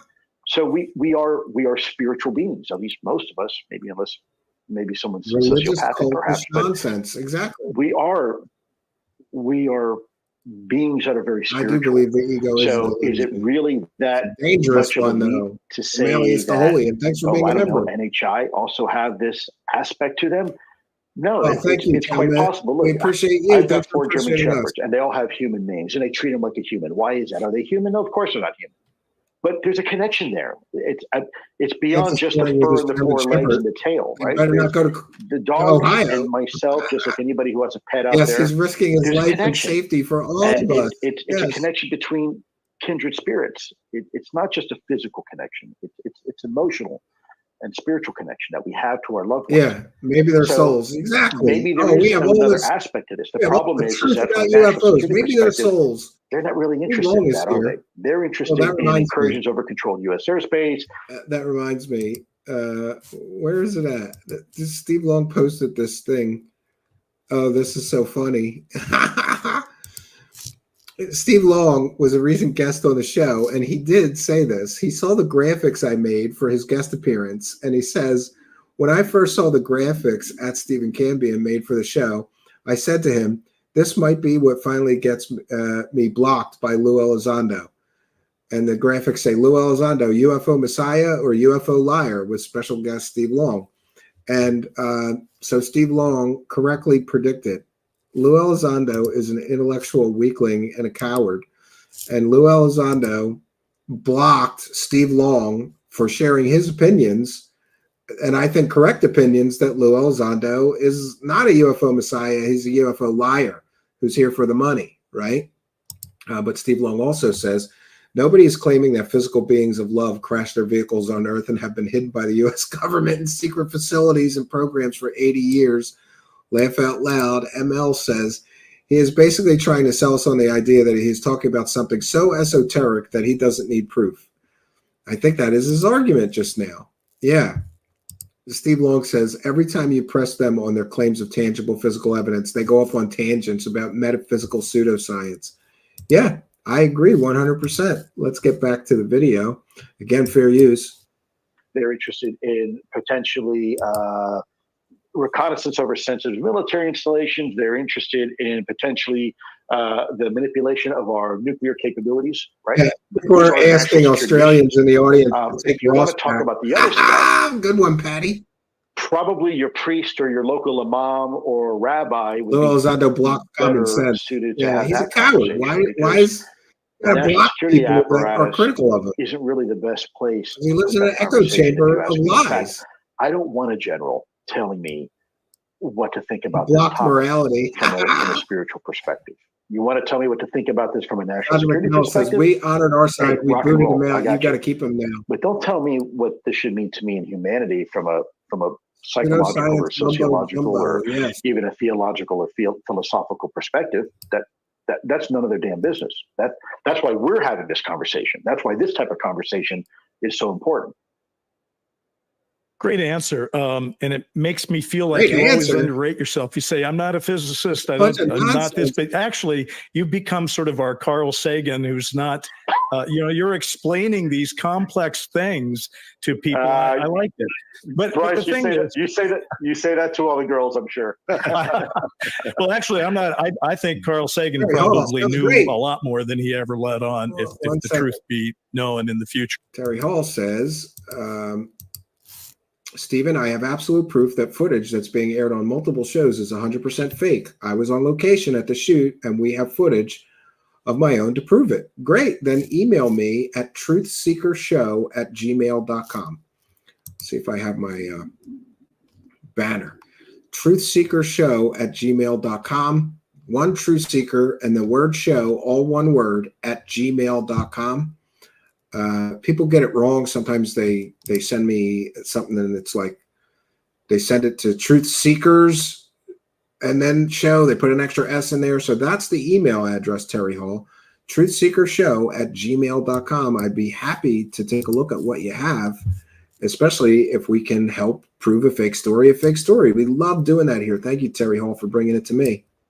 Sure. But anyway, we're talking about the nuts and bolts, the national security parts of it. And I understand that. Yeah. And in your book and in a lot of these interviews you've done, you talk about how you want to be forward looking. So obviously, like Dave Grush is talking about a craft being recovered from Italy in 1933, right? So you're saying, well, I'm not looking there. I'm trying to look forward. And I get that. That makes a whole lot of sense. But on the other hand, if Roswell was Bryce Zabel forgets to tell you that Lue Elizondo pushed that fake Italian UFO crash story first. Then he gave it to David Grush, and he pushed it as well. Petito Tumba says, I can't believe they just compared Elizondo to Sagan. Now that's blasphemy. Sagan was critical about UFOs, even wrote a book everyone should read called The Demon Haunted World, where he criticizes UFOs and the woo. Yeah, I agree. Aliens are sus. Here's Lou grilling out back of the trailer park in his G-string, practicing his next interview. The sweat creates focus. Yep. A real event, then you know how government works. We all do. Government is going to say, wow, that was a big deal. And they just come out of World War II, and they're going to try to get a plan together. So I guess I just want to know if you've heard about this, and if so, if you've heard anything that makes you feel one way or the other. And I'm specifically asking, can you confirm or deny that the creation of any kind of government group in the past that was either known as Majestic 12, MJ 12, Magic 12, or any of that, and was this Eisenhower briefing memo that became so famous in the 80s? Because you had memos you brought to a couple of these podcasts from the 50s. So it's not like you're not aware of it. Was this Eisenhower briefing memo supposedly given to him after he was elected, but before he took office in 1952, that told them about Roswell and Majestic 12? Is that It's Truth Seeker Show, one Truth Seeker, TruthSeekershow @gmail.com. Truthseekershow@gmail.com. You can reach me there, or you can DM me on Twitter or PM me on Facebook. a real document? Have you heard of Majestic 12? I'm aware of Majestic 12. Let me see if I can answer this in a way. He's got to think about this, because he can't just come out and say MJ12 and all those documents are fake, because he'll piss off a lot of UFO true believers. But I'm here to tell you that the MJ12 documents are completely and totally fake. That's been proven time and time again. It's succinct and accurate. There is absolutely a cabal, an organized group of individuals who have a comprehensive understanding of the U.S. Right, they use that shit in the stealth bombers. In the UAP topic going back decades. They are very influential, and they guard this the ray gun of Australian journalists. In the past, they have been able to exercise extreme influence, and I cannot overstate the terminology I'm using here, okay, to keep this conversation squelched. And both Dave Grush and I cannot speak for Dave, have felt the brunt of that. Could be Chuck Bam. At one point. The Men in Black came after him and Dave Grush. I'm not prepared to go into that conversation right now. That will at notice some point, that he always does things like he says something extraordinary like, I've felt the brunt of that MJ-12 group that's hiding the alien and UFO secrets, but I can't go into it right now. So he's giving himself a pass from follow-up questions or providing any details, right? And they all do this. All these grifters pretend the men in black are threatening them. Their lives are in danger. They're risking their lives to bring us the truth about UFOs, but all they ever bring us is dumbass recycled stories from the internet. This guy was a high-ranking intelligence officer, and the only information he has is shit that anybody can find on the Black Vault. You know, at some point you have to say a fraud is a fraud. He danced around pretending he had all these UFO and alien secrets because of his high-ranking top secret clearance and running a Pentagon UFO program for 10 years that he never ran, by the way, except in the land of make-believe. But all of his information is shit that he found on the internet. So where's all the goodies that he claimed he had for all this time? He has nothing but shit that anybody can find on the internet. That part of the story will probably be revealed. It's very concerning. Majestic 12 is desperation.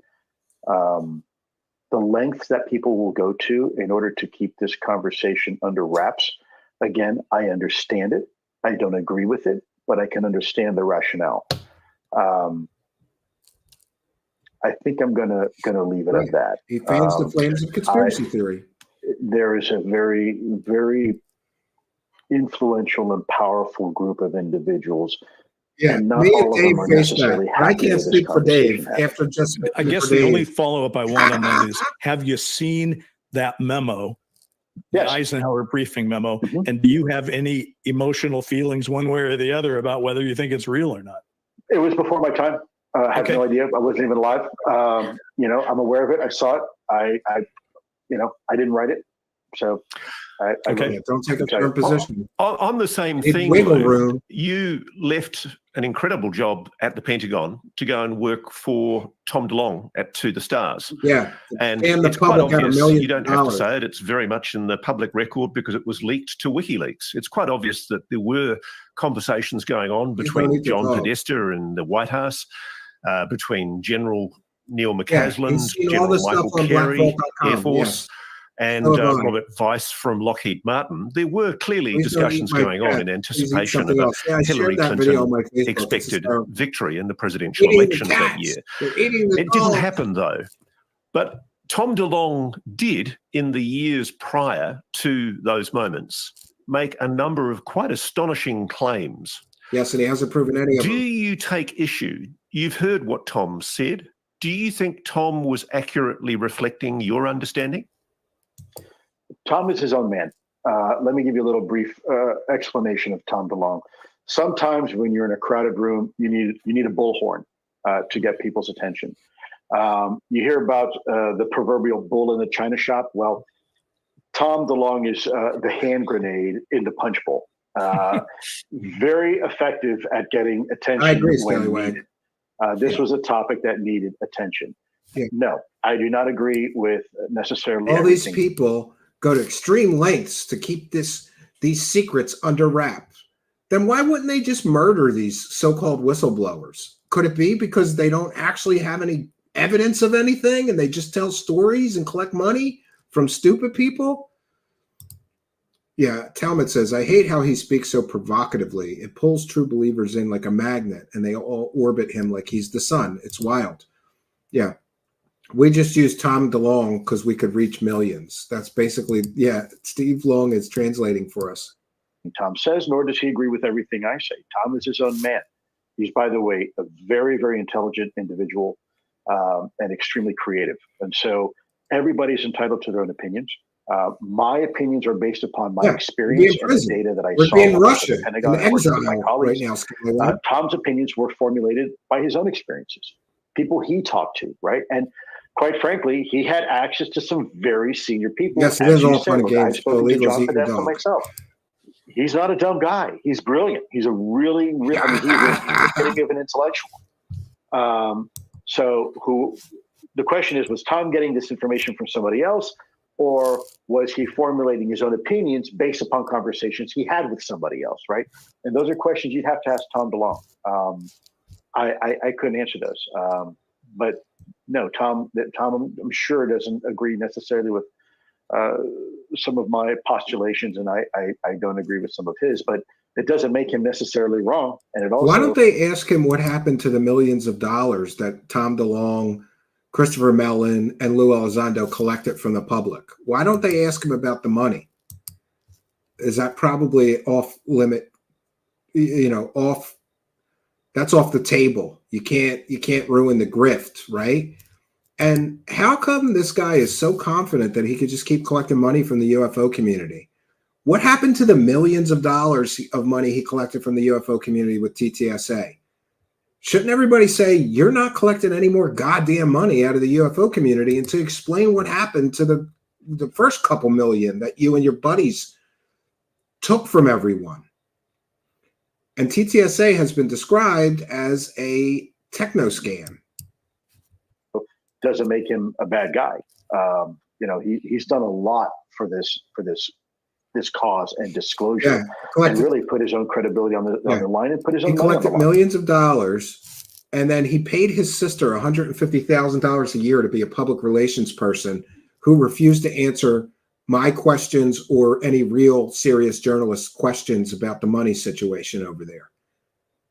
Does that sound like that's on the up and up? You're going to pay your sister $150,000 to be a public relations person, but then that public relations person is going to refuse to answer any and all questions that are critical of the organization?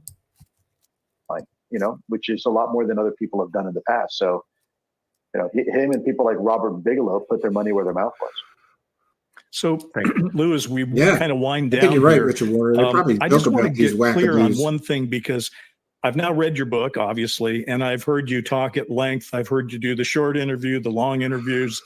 And what comes up a lot is the invocation of the NDA and the line where you've actually said, well, there's this line, I can go up to it. I think you've said, I can put my... And we know from Arrow, there is no NDAs specific to UFOs or aliens or UAPs. So every time he invokes an NDA, it's just an excuse because he doesn't want to answer the question. Go on the line, but I can't go over the line, that kind of stuff. And by the way, by definition, nothing about alien spaceships, Roswell, alien crash retrievals, alien biologics, or alien implants is classified according to the Pentagon Office of Pre-Publication. So he can say whatever he wants about all those topics because nothing about those topics is either classified or sensitive. He can provide all the evidence and all the details he wants, according to the Pentagon, but he won't. And he hides behind an NDA that does not exist because it's a convenient excuse that helps the grift and the scam work. He could just pretend something's classified. And it's very colorful language and all that, and I get it. But I will say that the one thing that's frustrating for a lot of people is trying to get their brains around the line. Now, Ross walks his own line, by the way, where he's a journalist protecting sources, right? So it's not like he's a journalist that's been caught selling completely and totally fake stories for years now. Zabel, you dumbass. And again, where is Zabel's wife? Does your wife know that you work with somebody that keeps getting caught defrauding the public with 100% provably fake stories for money? That's your partner? My wife would divorce me if I was working with somebody that was so unethical, so immoral, right? Because there may be some consequences, Bryce Zabel, for the shit that you and your scummy partner, Ross Coulthart, have been doing for years now. You co-signed all of his fake projects. You co-signed all of his fake stories, talked about it on your podcast, collected money for his fake stories along with him, didn't you? It's ridiculous. These scumbags are allowed to get away with this. Something that's only on you. It's on a lot of people in this world. But here's what I'd like you to clear up for us as best you can right now. How does one decide where the line is in this process that you're involved in? And how do you define that line so that there are no lines? None of this is classified. Is someone else defining the line for you? Are you the definer of the line that gets it approved? Yeah. Where's the line? Unicorns? Exactly. Who's calling it? How do you respect it? There is a security classification guide that the U.S. government has on managing this information. I did not write it.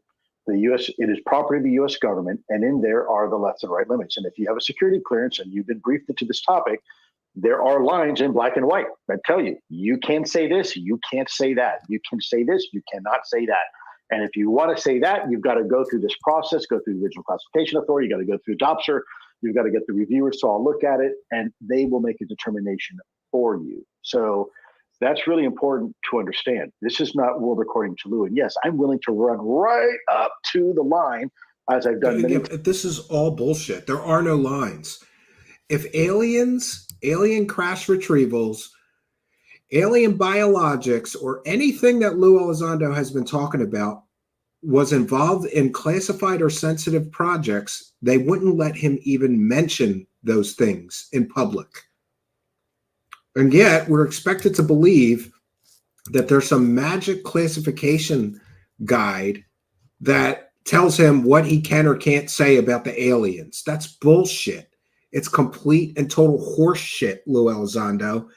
And Jesus Christ, man, like what a grifter you are, right? I remember when he first came out in 2017 and everybody's like, finally a serious UFO guy. He ran a Pentagon program. He's not a grifter. Here we are 7 years later and the guy's still grifting, still hasn't proven shit, hasn't provided any evidence other than grainy ass worthless videos that he borrowed out of the Pentagon that he had no right to release to the New York Times or to profit off of in the form of a television show deal or a book deal or collecting millions of dollars from investors based on those government property videos, which, by the way, on the declassification form, they say UAV, unmanned aerial vehicle, UAS, unmanned aerial surveillance, I think, balloons, and drones. He knew that those were human technological devices in those videos when he used those videos to pretend they were aliens. That's a scumbag move. But I hope he made a lot of money, scumbag that he is. Times before, but I do have a security clearance. Look, I'm loyal. I agree. To my Jason country, Parker says no, this is I rehearsed. am not going to leak information. Yeah. And I'll tell you right now, as I said before, this whole if I'm interview. put jacked up against a corner and I have to make a decision, national security or disclosure, I will always choose national security. That's, I'm not going to lie to you. That's what I will do because I'm a patriot and I love my country. But I don't think. Wouldn't that mean that he's one of the gatekeepers of disclosure then, right? What he's implying here is that he knows some smoking gun evidence or proof that would prove disclosure is real and the aliens are visiting us, but he can't tell us because it's classified. Then he's the fucking MJ-12 here. He's the gatekeeper to disclosure then. If he had real evidence, how would they ever, like, imagine if he did testify before Congress and right there in Congress he said, here's the proof, bitches, in the middle of a congressional hearing. How could they prosecute him if it was true? He would be the most famous person on the planet for confirming alien visitation to Earth 100% with smoking gun evidence or proof. How could they prosecute him for that? They couldn't. And that's how you know that he's got nothing. He's got nothing except shit he found on the internet, because all he was a Pentagon asshole desk jockey loser who's been grifting for 7 years off of the UFO topic, because I guess it's better than having to get a real job, right, Lou? We have to make that choice. Look how far we've come in the last 7 years. And look, I haven't had to go to jail, right? And I haven't had to just say, no, I'm going to shut up. I haven't had to go to about UAP again. I'm talking about it every day. Talk about and by the way, look where we everything are you talk about is By the way, fiction. now They we have can't an era. jail you. Oh, by the way, now we've got organizations and people coming out now that want to talk about this and whistleblowers, right? And so rehearsal stories. It's happening. You're right. It's happening. We don't have to violate our national lines are on the security mirror, oaths and bro. our NDAs to have the conversation. And this is proof right here, right now. This is proof. They're liars, yeah. Now, just to follow that up, though, one of the things where you've defined the line is you have said repeatedly in your book and in some of these interviews, that we are dealing with a non-human intelligence and a form of non-human technology. He's got the real dirt on Bigfoot. So yes. what I think is confusing Sasquatches are people is flying they're like, UFOs. holy crap, he gets to say He's going to go to jail. we're dealing with non-humans. Visit now. But our government won't say it. That the government that is creating the line for you is saying, yeah, you can say it, but we're not going to say it. And I think that's what frustrates people. Do you know what I'm saying? Yeah, I mean, think about me, how frustrated I am. I mean, I feel you, brother. I feel it every day. Yeah, and that in and of itself is proof that this is fiction. Because why would the government say, well, you can say non-human intelligences are visiting Earth, but we're not going to confirm it? Because it's not true. And he has no evidence. He's provided zero evidence that aliens are visiting Earth. But he has, I can't stress this enough. Like, how much money do you think he's made? I can only speculate. How much money do you get paid per episode? I asked around. A lot of History Channel shows paid the main screen talents something like $10,000 an episode. At least this is what I was told by a very good source that I confirmed worked for the History Channel. So how many episodes of that show was there? 6, 8? I don't know. Did he make $100,000 from that? How much money did he make from TTSA? They collected millions. How much did they pay Lue Elizondo? How much money did he get paid for this book deal? How much money is he getting paid for these speaking engagements? Oh man. Let's just continue. Ask Dave Grush, he testified before the American people, and the government did the same thing. You can say this, and he went out there and he did. And boy, he caught flack for it. They within 24 hours, they tried to ruin his reputation and his career. Yeah, well, you can say anything that you want to because you have freedom of speech. It doesn't mean it's true. You know what would mean it was true? Showing some goddamn evidence. This is after getting approval to do it. So, it seems Scallywag says, I think Lue's made millions on his book. But I think we're beginning to, it's not selling well, though, Scallywag, so I don't think so. I think, as NASA gets closer to potentially identifying and announcing life on Mars. Welcome to the grift, says aliens are sus. Look, looks like life is more than just Earth. That part of the conversation probably will naturally come, and probably very quickly. Well, that's an optimistic tone. Lou, I'm very conscious that we're coming to the end of our time. Microbial life on planet Mars does not prove that alien space monsters are coming to Earth and murdering humans, or that aliens are visiting Earth at all. It would just prove that there's life on other planets, even if it's simple single-cell organisms, microbes, or bacteria, or whatever. With you, but on the way out, is there reason for optimism with Congress? I know all the politicians are very distracted by the election at the moment, but do you detect any lack of resolve from senior people? He's made some money, but not as much as he thought he would. There's a few there that have interest with the military. He thought he was going to get rich quick. And they historically side with them. And famously, his wife bitched and complained that everybody else was making a lot of money and they weren't. But it's legal.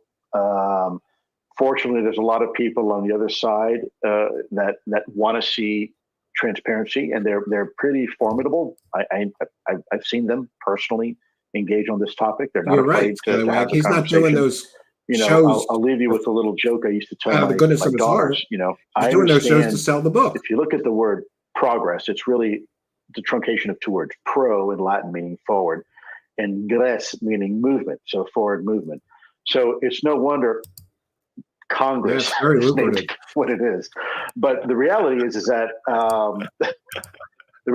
there are some good people there, and they do want to do the right thing. And I think they are making a difference. And just like this new legislation, nothing has changed since 2017 for the national defense. People making claims and not proving them. People need to know that they should support that. This is good for our country. No, I don't support that. I don't support our country wasting more taxpayer dollars on assholes like these three. These three assholes have made enough money. Why should the government spend money to investigate their evidence-free claims? That which can be asserted without evidence can be dismissed without evidence. This is good for America. Look, I strongly believe America deserves to know the truth. America can handle the truth. Just have the conversation with the American people. Let them decide. So again, I don't agree. want to disparage anybody in Congress. I think There's intelligent life really is good people in extremely, Congress extremely that are rare working in the very hard universe. on both sides of the aisle. Let me emphasize that. Both sides, both liberal and conservative. So Federation that of to Light. me is I'm very optimistic for that. If anything, maybe it helps bring the country together on a topic for once, So that's good. We'll all welcome the Can I aliens just and ask sit around one a parting campfire shot and question sing here? Do we have Kumbaya. that much time? It's just this. Ross has experienced this. I've experienced it. You experience it. And by it, I mean, we get excited. We say, oh my God, the government has actually admitted that UAP is real. The only question. These guys always love to say this. The government has admitted that UAPs or UFOs are real. Yeah, no shit, you dumbass. There's always going to be things flying around in our sky we can't identify. What's a UFO mean? Unidentified flying object. Of course UFOs are real, because there's always going to be something flying in our skies that we cannot identify. Unidentified aerial phenomenon are real. Yeah, there's always going to be something in our sky that we can't identify. But these guys make the jump that because the government has said UFOs or UAP are real, that must mean that aliens are real and that the UFOs and the UAPs are aliens. The government has never said that. In fact, they have emphatically denied that there's any evidence of extraterrestrial anything when it comes to UFOs. See the Arrow report. What the government has basically said is a bunch of wackadoos like these guys have been pumping this shit for years and never proven anything. They mistake projects, claiming they're alien crash retrieval projects when they're clearly not. They mistake adversarial technology, balloons, or whatever, as alien spacecraft visiting Earth. The fact that the government has said UFOs or UAPs are real, you have to take that in the sense that it is meant. Yeah, there's some things flying in our sky that we can't identify. But these clowns always say that, well, the government has confirmed that UAP are real. Isn't that amazing? No, because they didn't say anything about aliens, you dumbass. God. Question is, who are they and what do they want? But they're admitting that it is now real. And there's whistleblowers out there that say we have crash wreckage and we have this, and we get excited. We tell our friends and family. And quite often, a lot of them will say, huh, that's interesting. Yeah, Do you want Italian tonight or what? I had a rough day, and Steve Long. I'm taking it out on these grifters. Because I go, what could be more important than trying to get to the bottom of this? So I'm just wondering, Bryce, have you experienced that, and what is your thought? Yeah. Yes, but I think it's a good thing. It shows, you know what? There was a time in our country, same discussion everybody from 6 thought years we had ago. these studies done by the Rand Corporation Same and these other old corporations. recycled nonsense. Said if we were honest and truthful with the American people about the existence of NHI and UAPs, what would the consequence of that be? And the report said you can't do it. You absolutely, because it will collapse the very social structure and fabric of our country. Yeah, he's talking about the Brookings Institute study, which basically said that there would be societal upheaval if we told people that aliens are real. But there was no, what you have to remember about that study is it's hypothetical. It's not like they know aliens are real and they wanted to study what would happen if we told people the truth. It was a hypothetical study. And it had to do with what the government would do if, for example, NASA found evidence of an ancient civilization of an intelligent nature on Mars or the moon or whatever. Should we tell the people the truth? And that study determined that there would be religious upheaval and societal upheaval. So no, we shouldn't tell them if we find that. It doesn't really mean much. It's a hypothetical study. Right? People will go run on the banks. Right. People will lose faith in their religions. People won't pay their taxes. People will go rob the stores. None of that's happened, right? Yeah, Dyson spheres are interesting. Meh. I think it's a good thing because you know what? It proves that we can handle the truth. You're right. We're still going to pay our mortgages. We're still going to pay our cell phones. We're still going to take our kids to the PTA meetings and have talk to the teacher. That's a good thing. And I'm Good to see you, encouraged by Eric. that. I'm Art, haven't glad seen you in a long time. it's being Welcome. received that way, because the I miss opposite your is cool catastrophic artwork. disclosure. And I think most people in the government don't want that. Oh, catastrophic Well, disclosure. we respect and appreciation for what you do. Thank you. Buzzwords Gentlemen, again. my honor and privilege again. Thank you. And Ross, really appreciate what you guys are doing. Yeah. Lue Elizondo really appreciates what Ross is doing. Hey, Lue Elizondo, how does a disgraced scumbag journalist selling completely and totally fake stories about aliens and UFOs help disclosure, you asshole? If he was really about disclosure, wouldn't he be like, you are a disgrace to disclosure because you keep getting caught selling completely and totally 100% provably fake stories about aliens and UFOs, and that is a detriment to the whole concept of getting disclosure or the truth. You're selling lies and deceptions, provable 100% fake stories. No, Lue Elizondo is telling Ross what a great job he's doing selling those completely and totally fake stories. Wouldn't a guy that really cares about disclosure never speak or do an interview with a scumbag that keeps getting caught selling 100% provably fake stories about aliens and UFOs? Because wouldn't that make this subject worthy of mockery? You know, when people say, oh, that shit's all fake, it's because of people like Ross Coulthart who keeps getting caught selling fake stories. But no, here Lue is licking Ross Coulthart's asshole, telling him what a great job he's doing. And what has Ross Coulthart been doing for the last couple of years? Selling completely and totally fake stories. That's what he's been doing. This is how you know it's all a grift. Because if somebody was on the level and really serious and this was all real and true, and they want the government to disclose the truth about the aliens, they would never associate with a scumbag who keeps getting caught selling completely and totally fake stories. But here they are, licking each other's asshole, jerking each other off, getting each other's disclosure boners hard with no evidence, no proof, nothing but nonsense.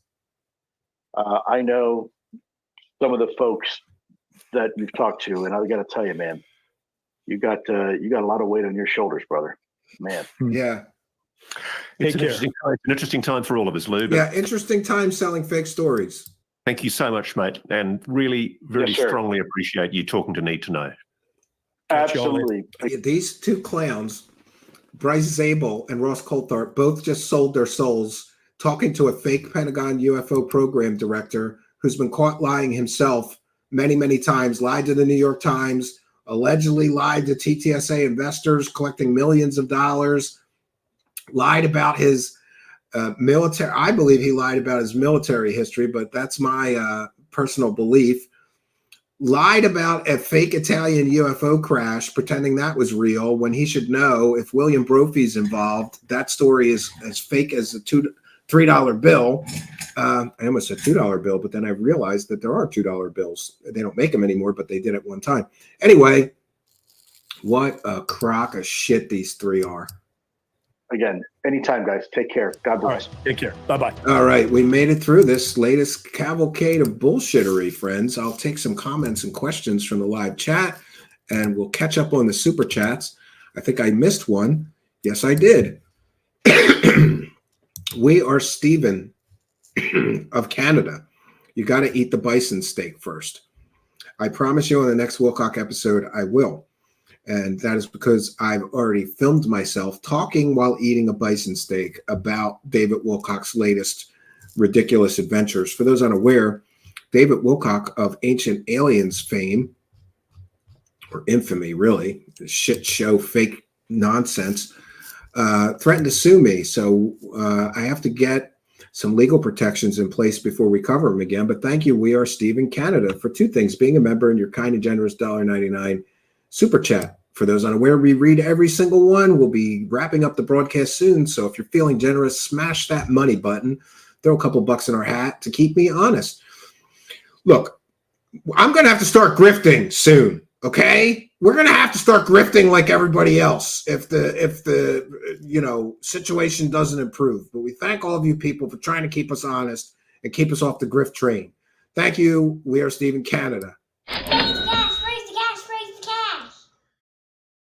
All right. We thank you all for your kindness, generosity, and support. We want to take a moment to thank our kind and generous benefactors, you Twitch subscribers, you Patreon supporters, you YouTube channel members, PayPal pledgers, and people buying me a coffee.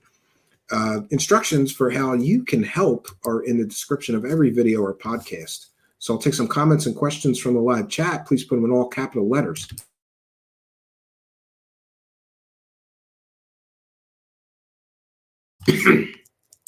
Digital Vortex is here.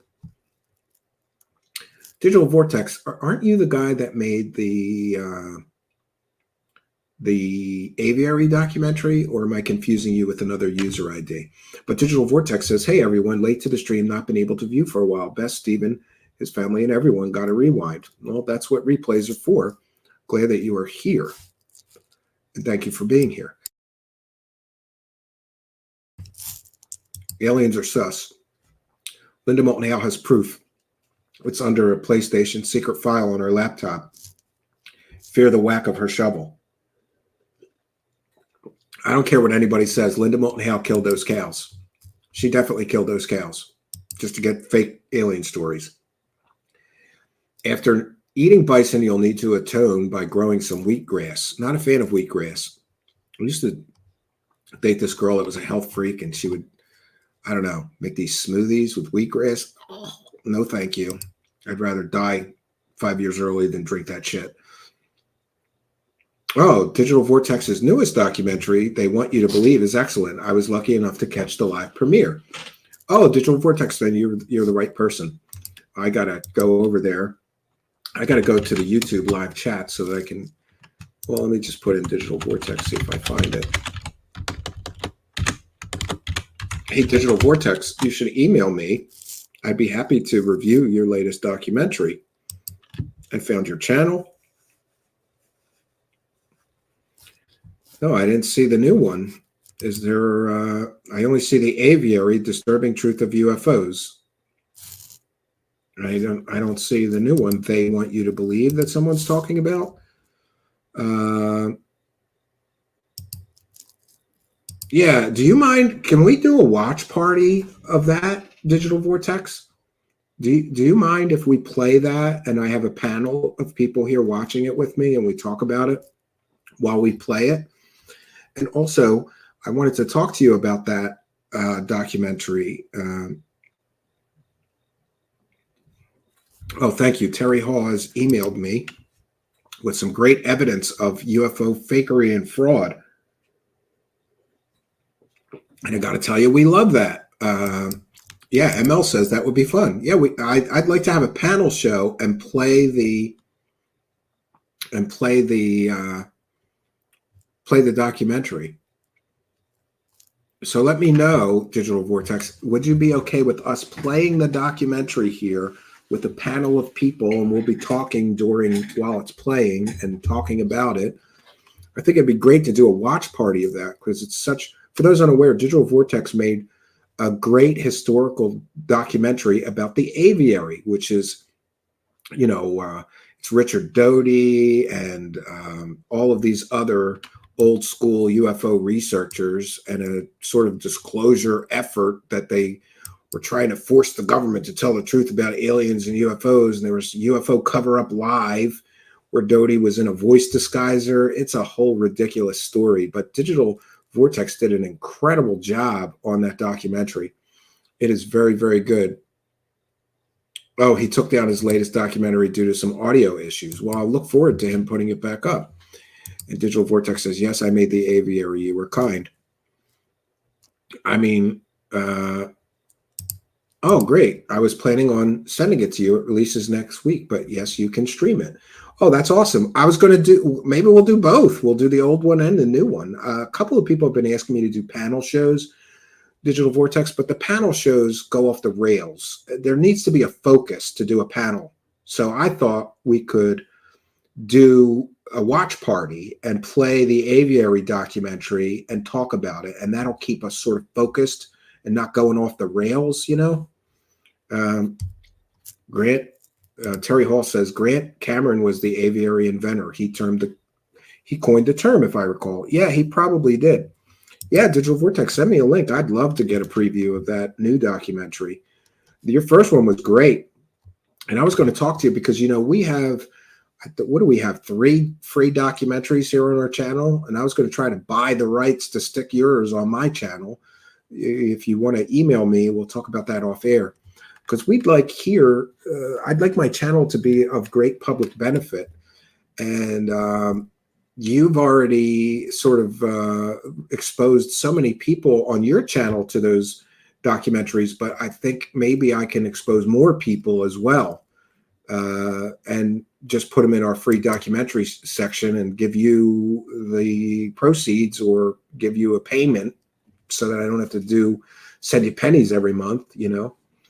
Prefer to go off the rails off cam. Yes, ML. No, we haven't done a panel show in a while, so some of you people might not know this, but man, they get crazy. One time somebody got so drunk that he fell over and like crashed into the floor right on the stream, you know. People have porn bombed our panel shows. People have N-word bombed our panel shows, you know. They just get crazy. That, or we get crazy people that are like, hey, I got a great story about meeting aliens and I'm going to go on this panel show with 12 other people and not let anybody else talk for an hour. They get a little nutty.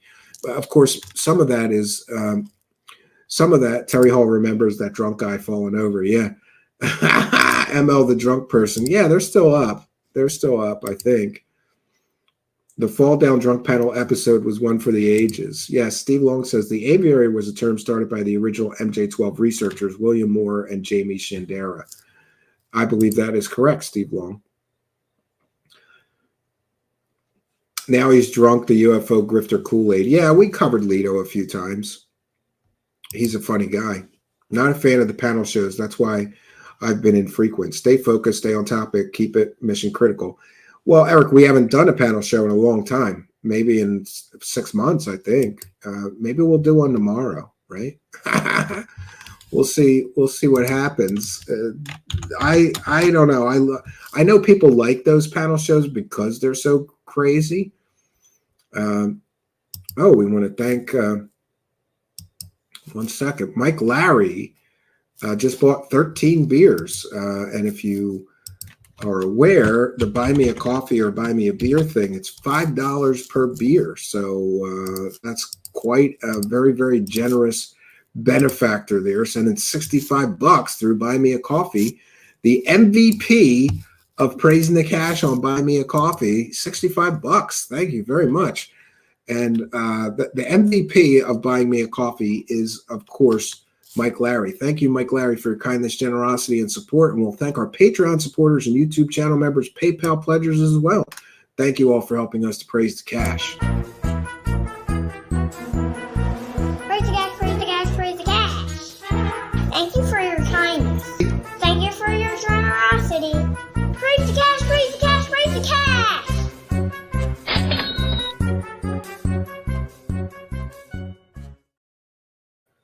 All right. Well, I think we have done our due diligence. I want to thank Maria for a kind and generous $20 PayPal pledge. For those unaware, you can send a PayPal pledge. You can hit the money button and send us a super chat, or you can buy me a coffee. Either way, it all goes in the till and helps us to keep us honest. Thank you, Maria. She didn't leave a message this time. Thank you for your kindness, generosity, and support, and helping us too. We had a good day of praising the cash today.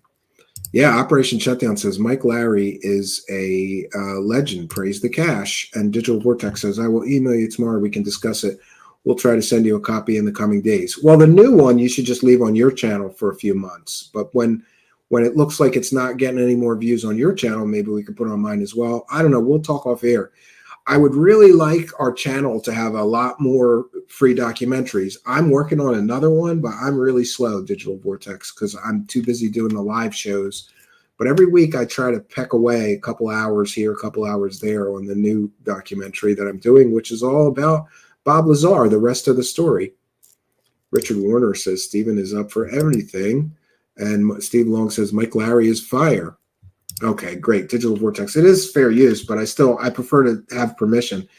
It's not an issue. I hope people enjoy it. It gets pretty dark. I agree. Yeah, because the whole Benowitz case and all of that. Yeah. But thank you so much. I appreciate that. Maybe I might do that tomorrow, Digital Vortex, because I watched that aviary documentary you did when it first came out, and then I think I even reviewed it here. And I sent so many people the link because I thought you did an incredible job. And it's so funny because before you did that documentary, I thought about doing a show or a documentary about the aviary. But once I saw Digital Vortex's version of that story, I'm like, he nailed it. I can never do better. So I left the aviary alone because Digital Vortex killed it. It was so good. Al Garay says, can't wait for your Bob Lazar documentary. I got a Bob Lazar lookalike to be in the documentary and recreate some things. And we're going to recreate the hookers and the whore house, everything. It's going to be fire. Scallywag says, UFO Jesus lives in a bare bones apartment with a privacy screen and threadbare rug. That guy is weird. Yeah, well, he thinks he's been saying disclosure's coming any minute, right? Give Lou some hubcaps and he'll write a book. Lou, the stalker of truth for ufology. Lou's a good laugh. He sure is, right? Yeah, so I think we've done our due diligence. And Terry Hall, I did get your email. I'm going to read it as soon as I get off here, and I will reply to you. So what can I say? We started our broadcast with a message. You need to know that these three people sell fake alien stories. And tonight, I hope that we have enlightened you. You have to really peel back the layers of deception and see through the deception that these people use. They're making tons of money selling you lies. And I get it if you really, really, truly want to believe in all this stuff, but you really have to take a look at this from a little bit of a critical angle and say, what makes more sense? That this stuff is all true, or that these people are making a lot of money to tell you it's true, and they have zero evidence of anything? Occam's razor really applies here. Yeah, Lunar Sparkles says, love last night's author guest. I think I'm going to have him back, and we're just going to talk about anything. Yeah, Paul Wilde, for those unaware, is like a world-renowned expert on Jim Morrison. I grew up loving The Doors and Jim Morrison. I explained last night it was before my time, but that movie came out, and the Doors movie came out and just made me an instant fan, and I went collecting all the albums and became a huge Doors fan. And I thought I knew a lot about the Doors, but this author from last night, I want to plug his book again for him. It's Paul Wilde. He's the author of Jim Morrison's Secret Teacher of the Occult, A Journey to the Other Side. This book is a great book. I'm really enjoying it. I'm about a little more than halfway through it. I just got it the day before the interview yesterday.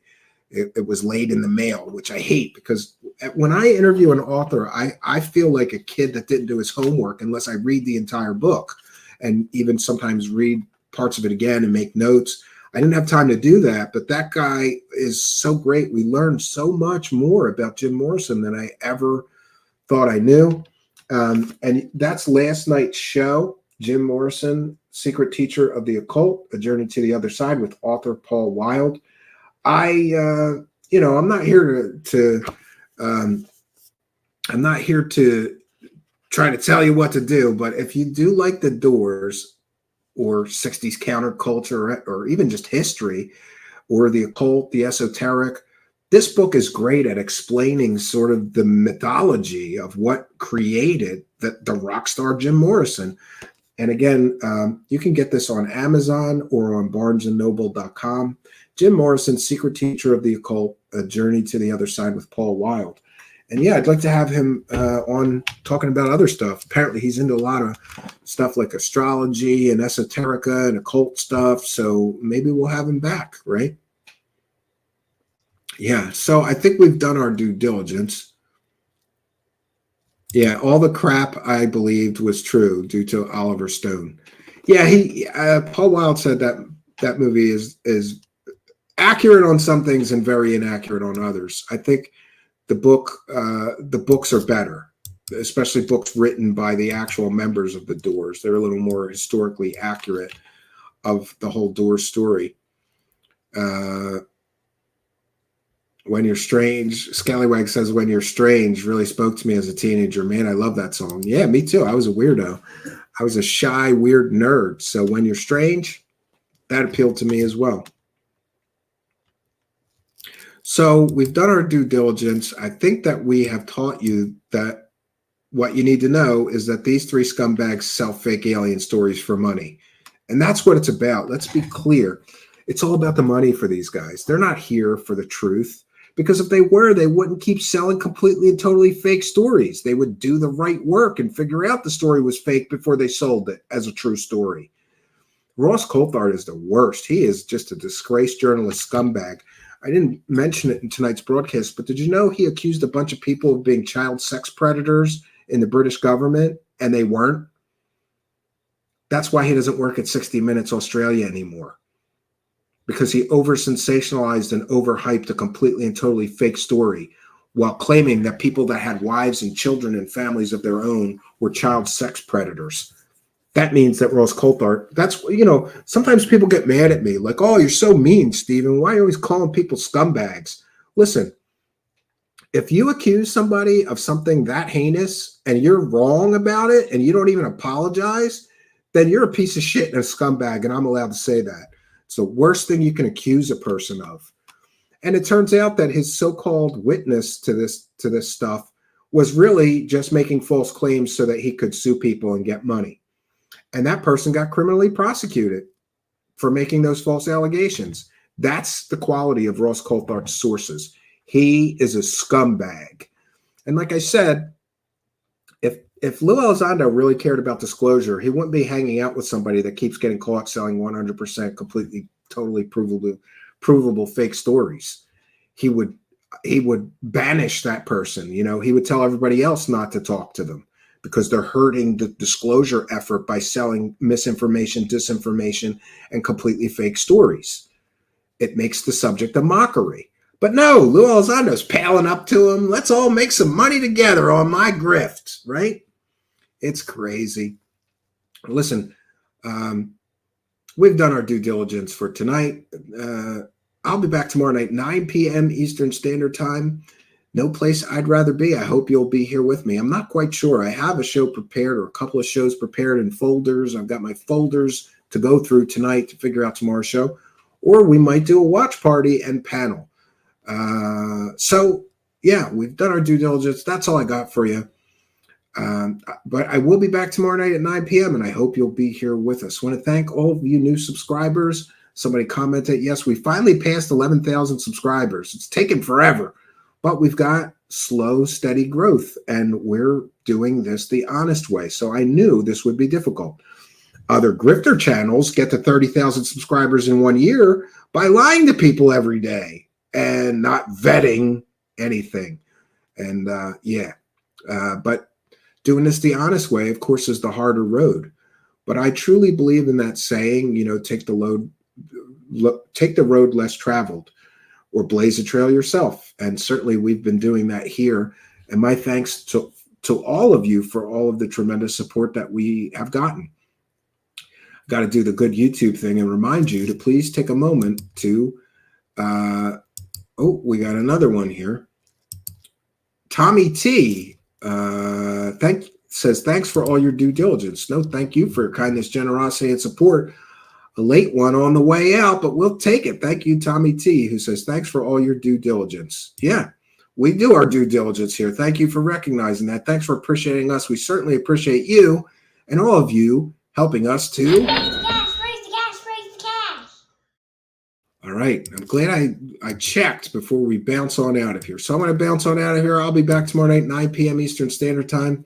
I think we're going to do the panel and the watch party tomorrow, which means get your headphones ready, get your webcam ready, get your microphone ready, and get your beverages of choice ready. But we're going to try to keep things civil if we do this tomorrow. So that's all I got for you, friends. Until next time, my name is Stephen Cambion. Good night, and God bless all of you. And God bless Lue Elizondo, God bless Ross Coulthart, and God bless Bryce Zabel. I'm going to put them in my list of people I pray for daily. I'm going to pray that they do something better with their God-given talents than lie to people and sell people completely fake, false information to make a living. Their families deserve better than to have a liar running their family, deceiving people and defrauding the public for money. Good night and God bless all of you.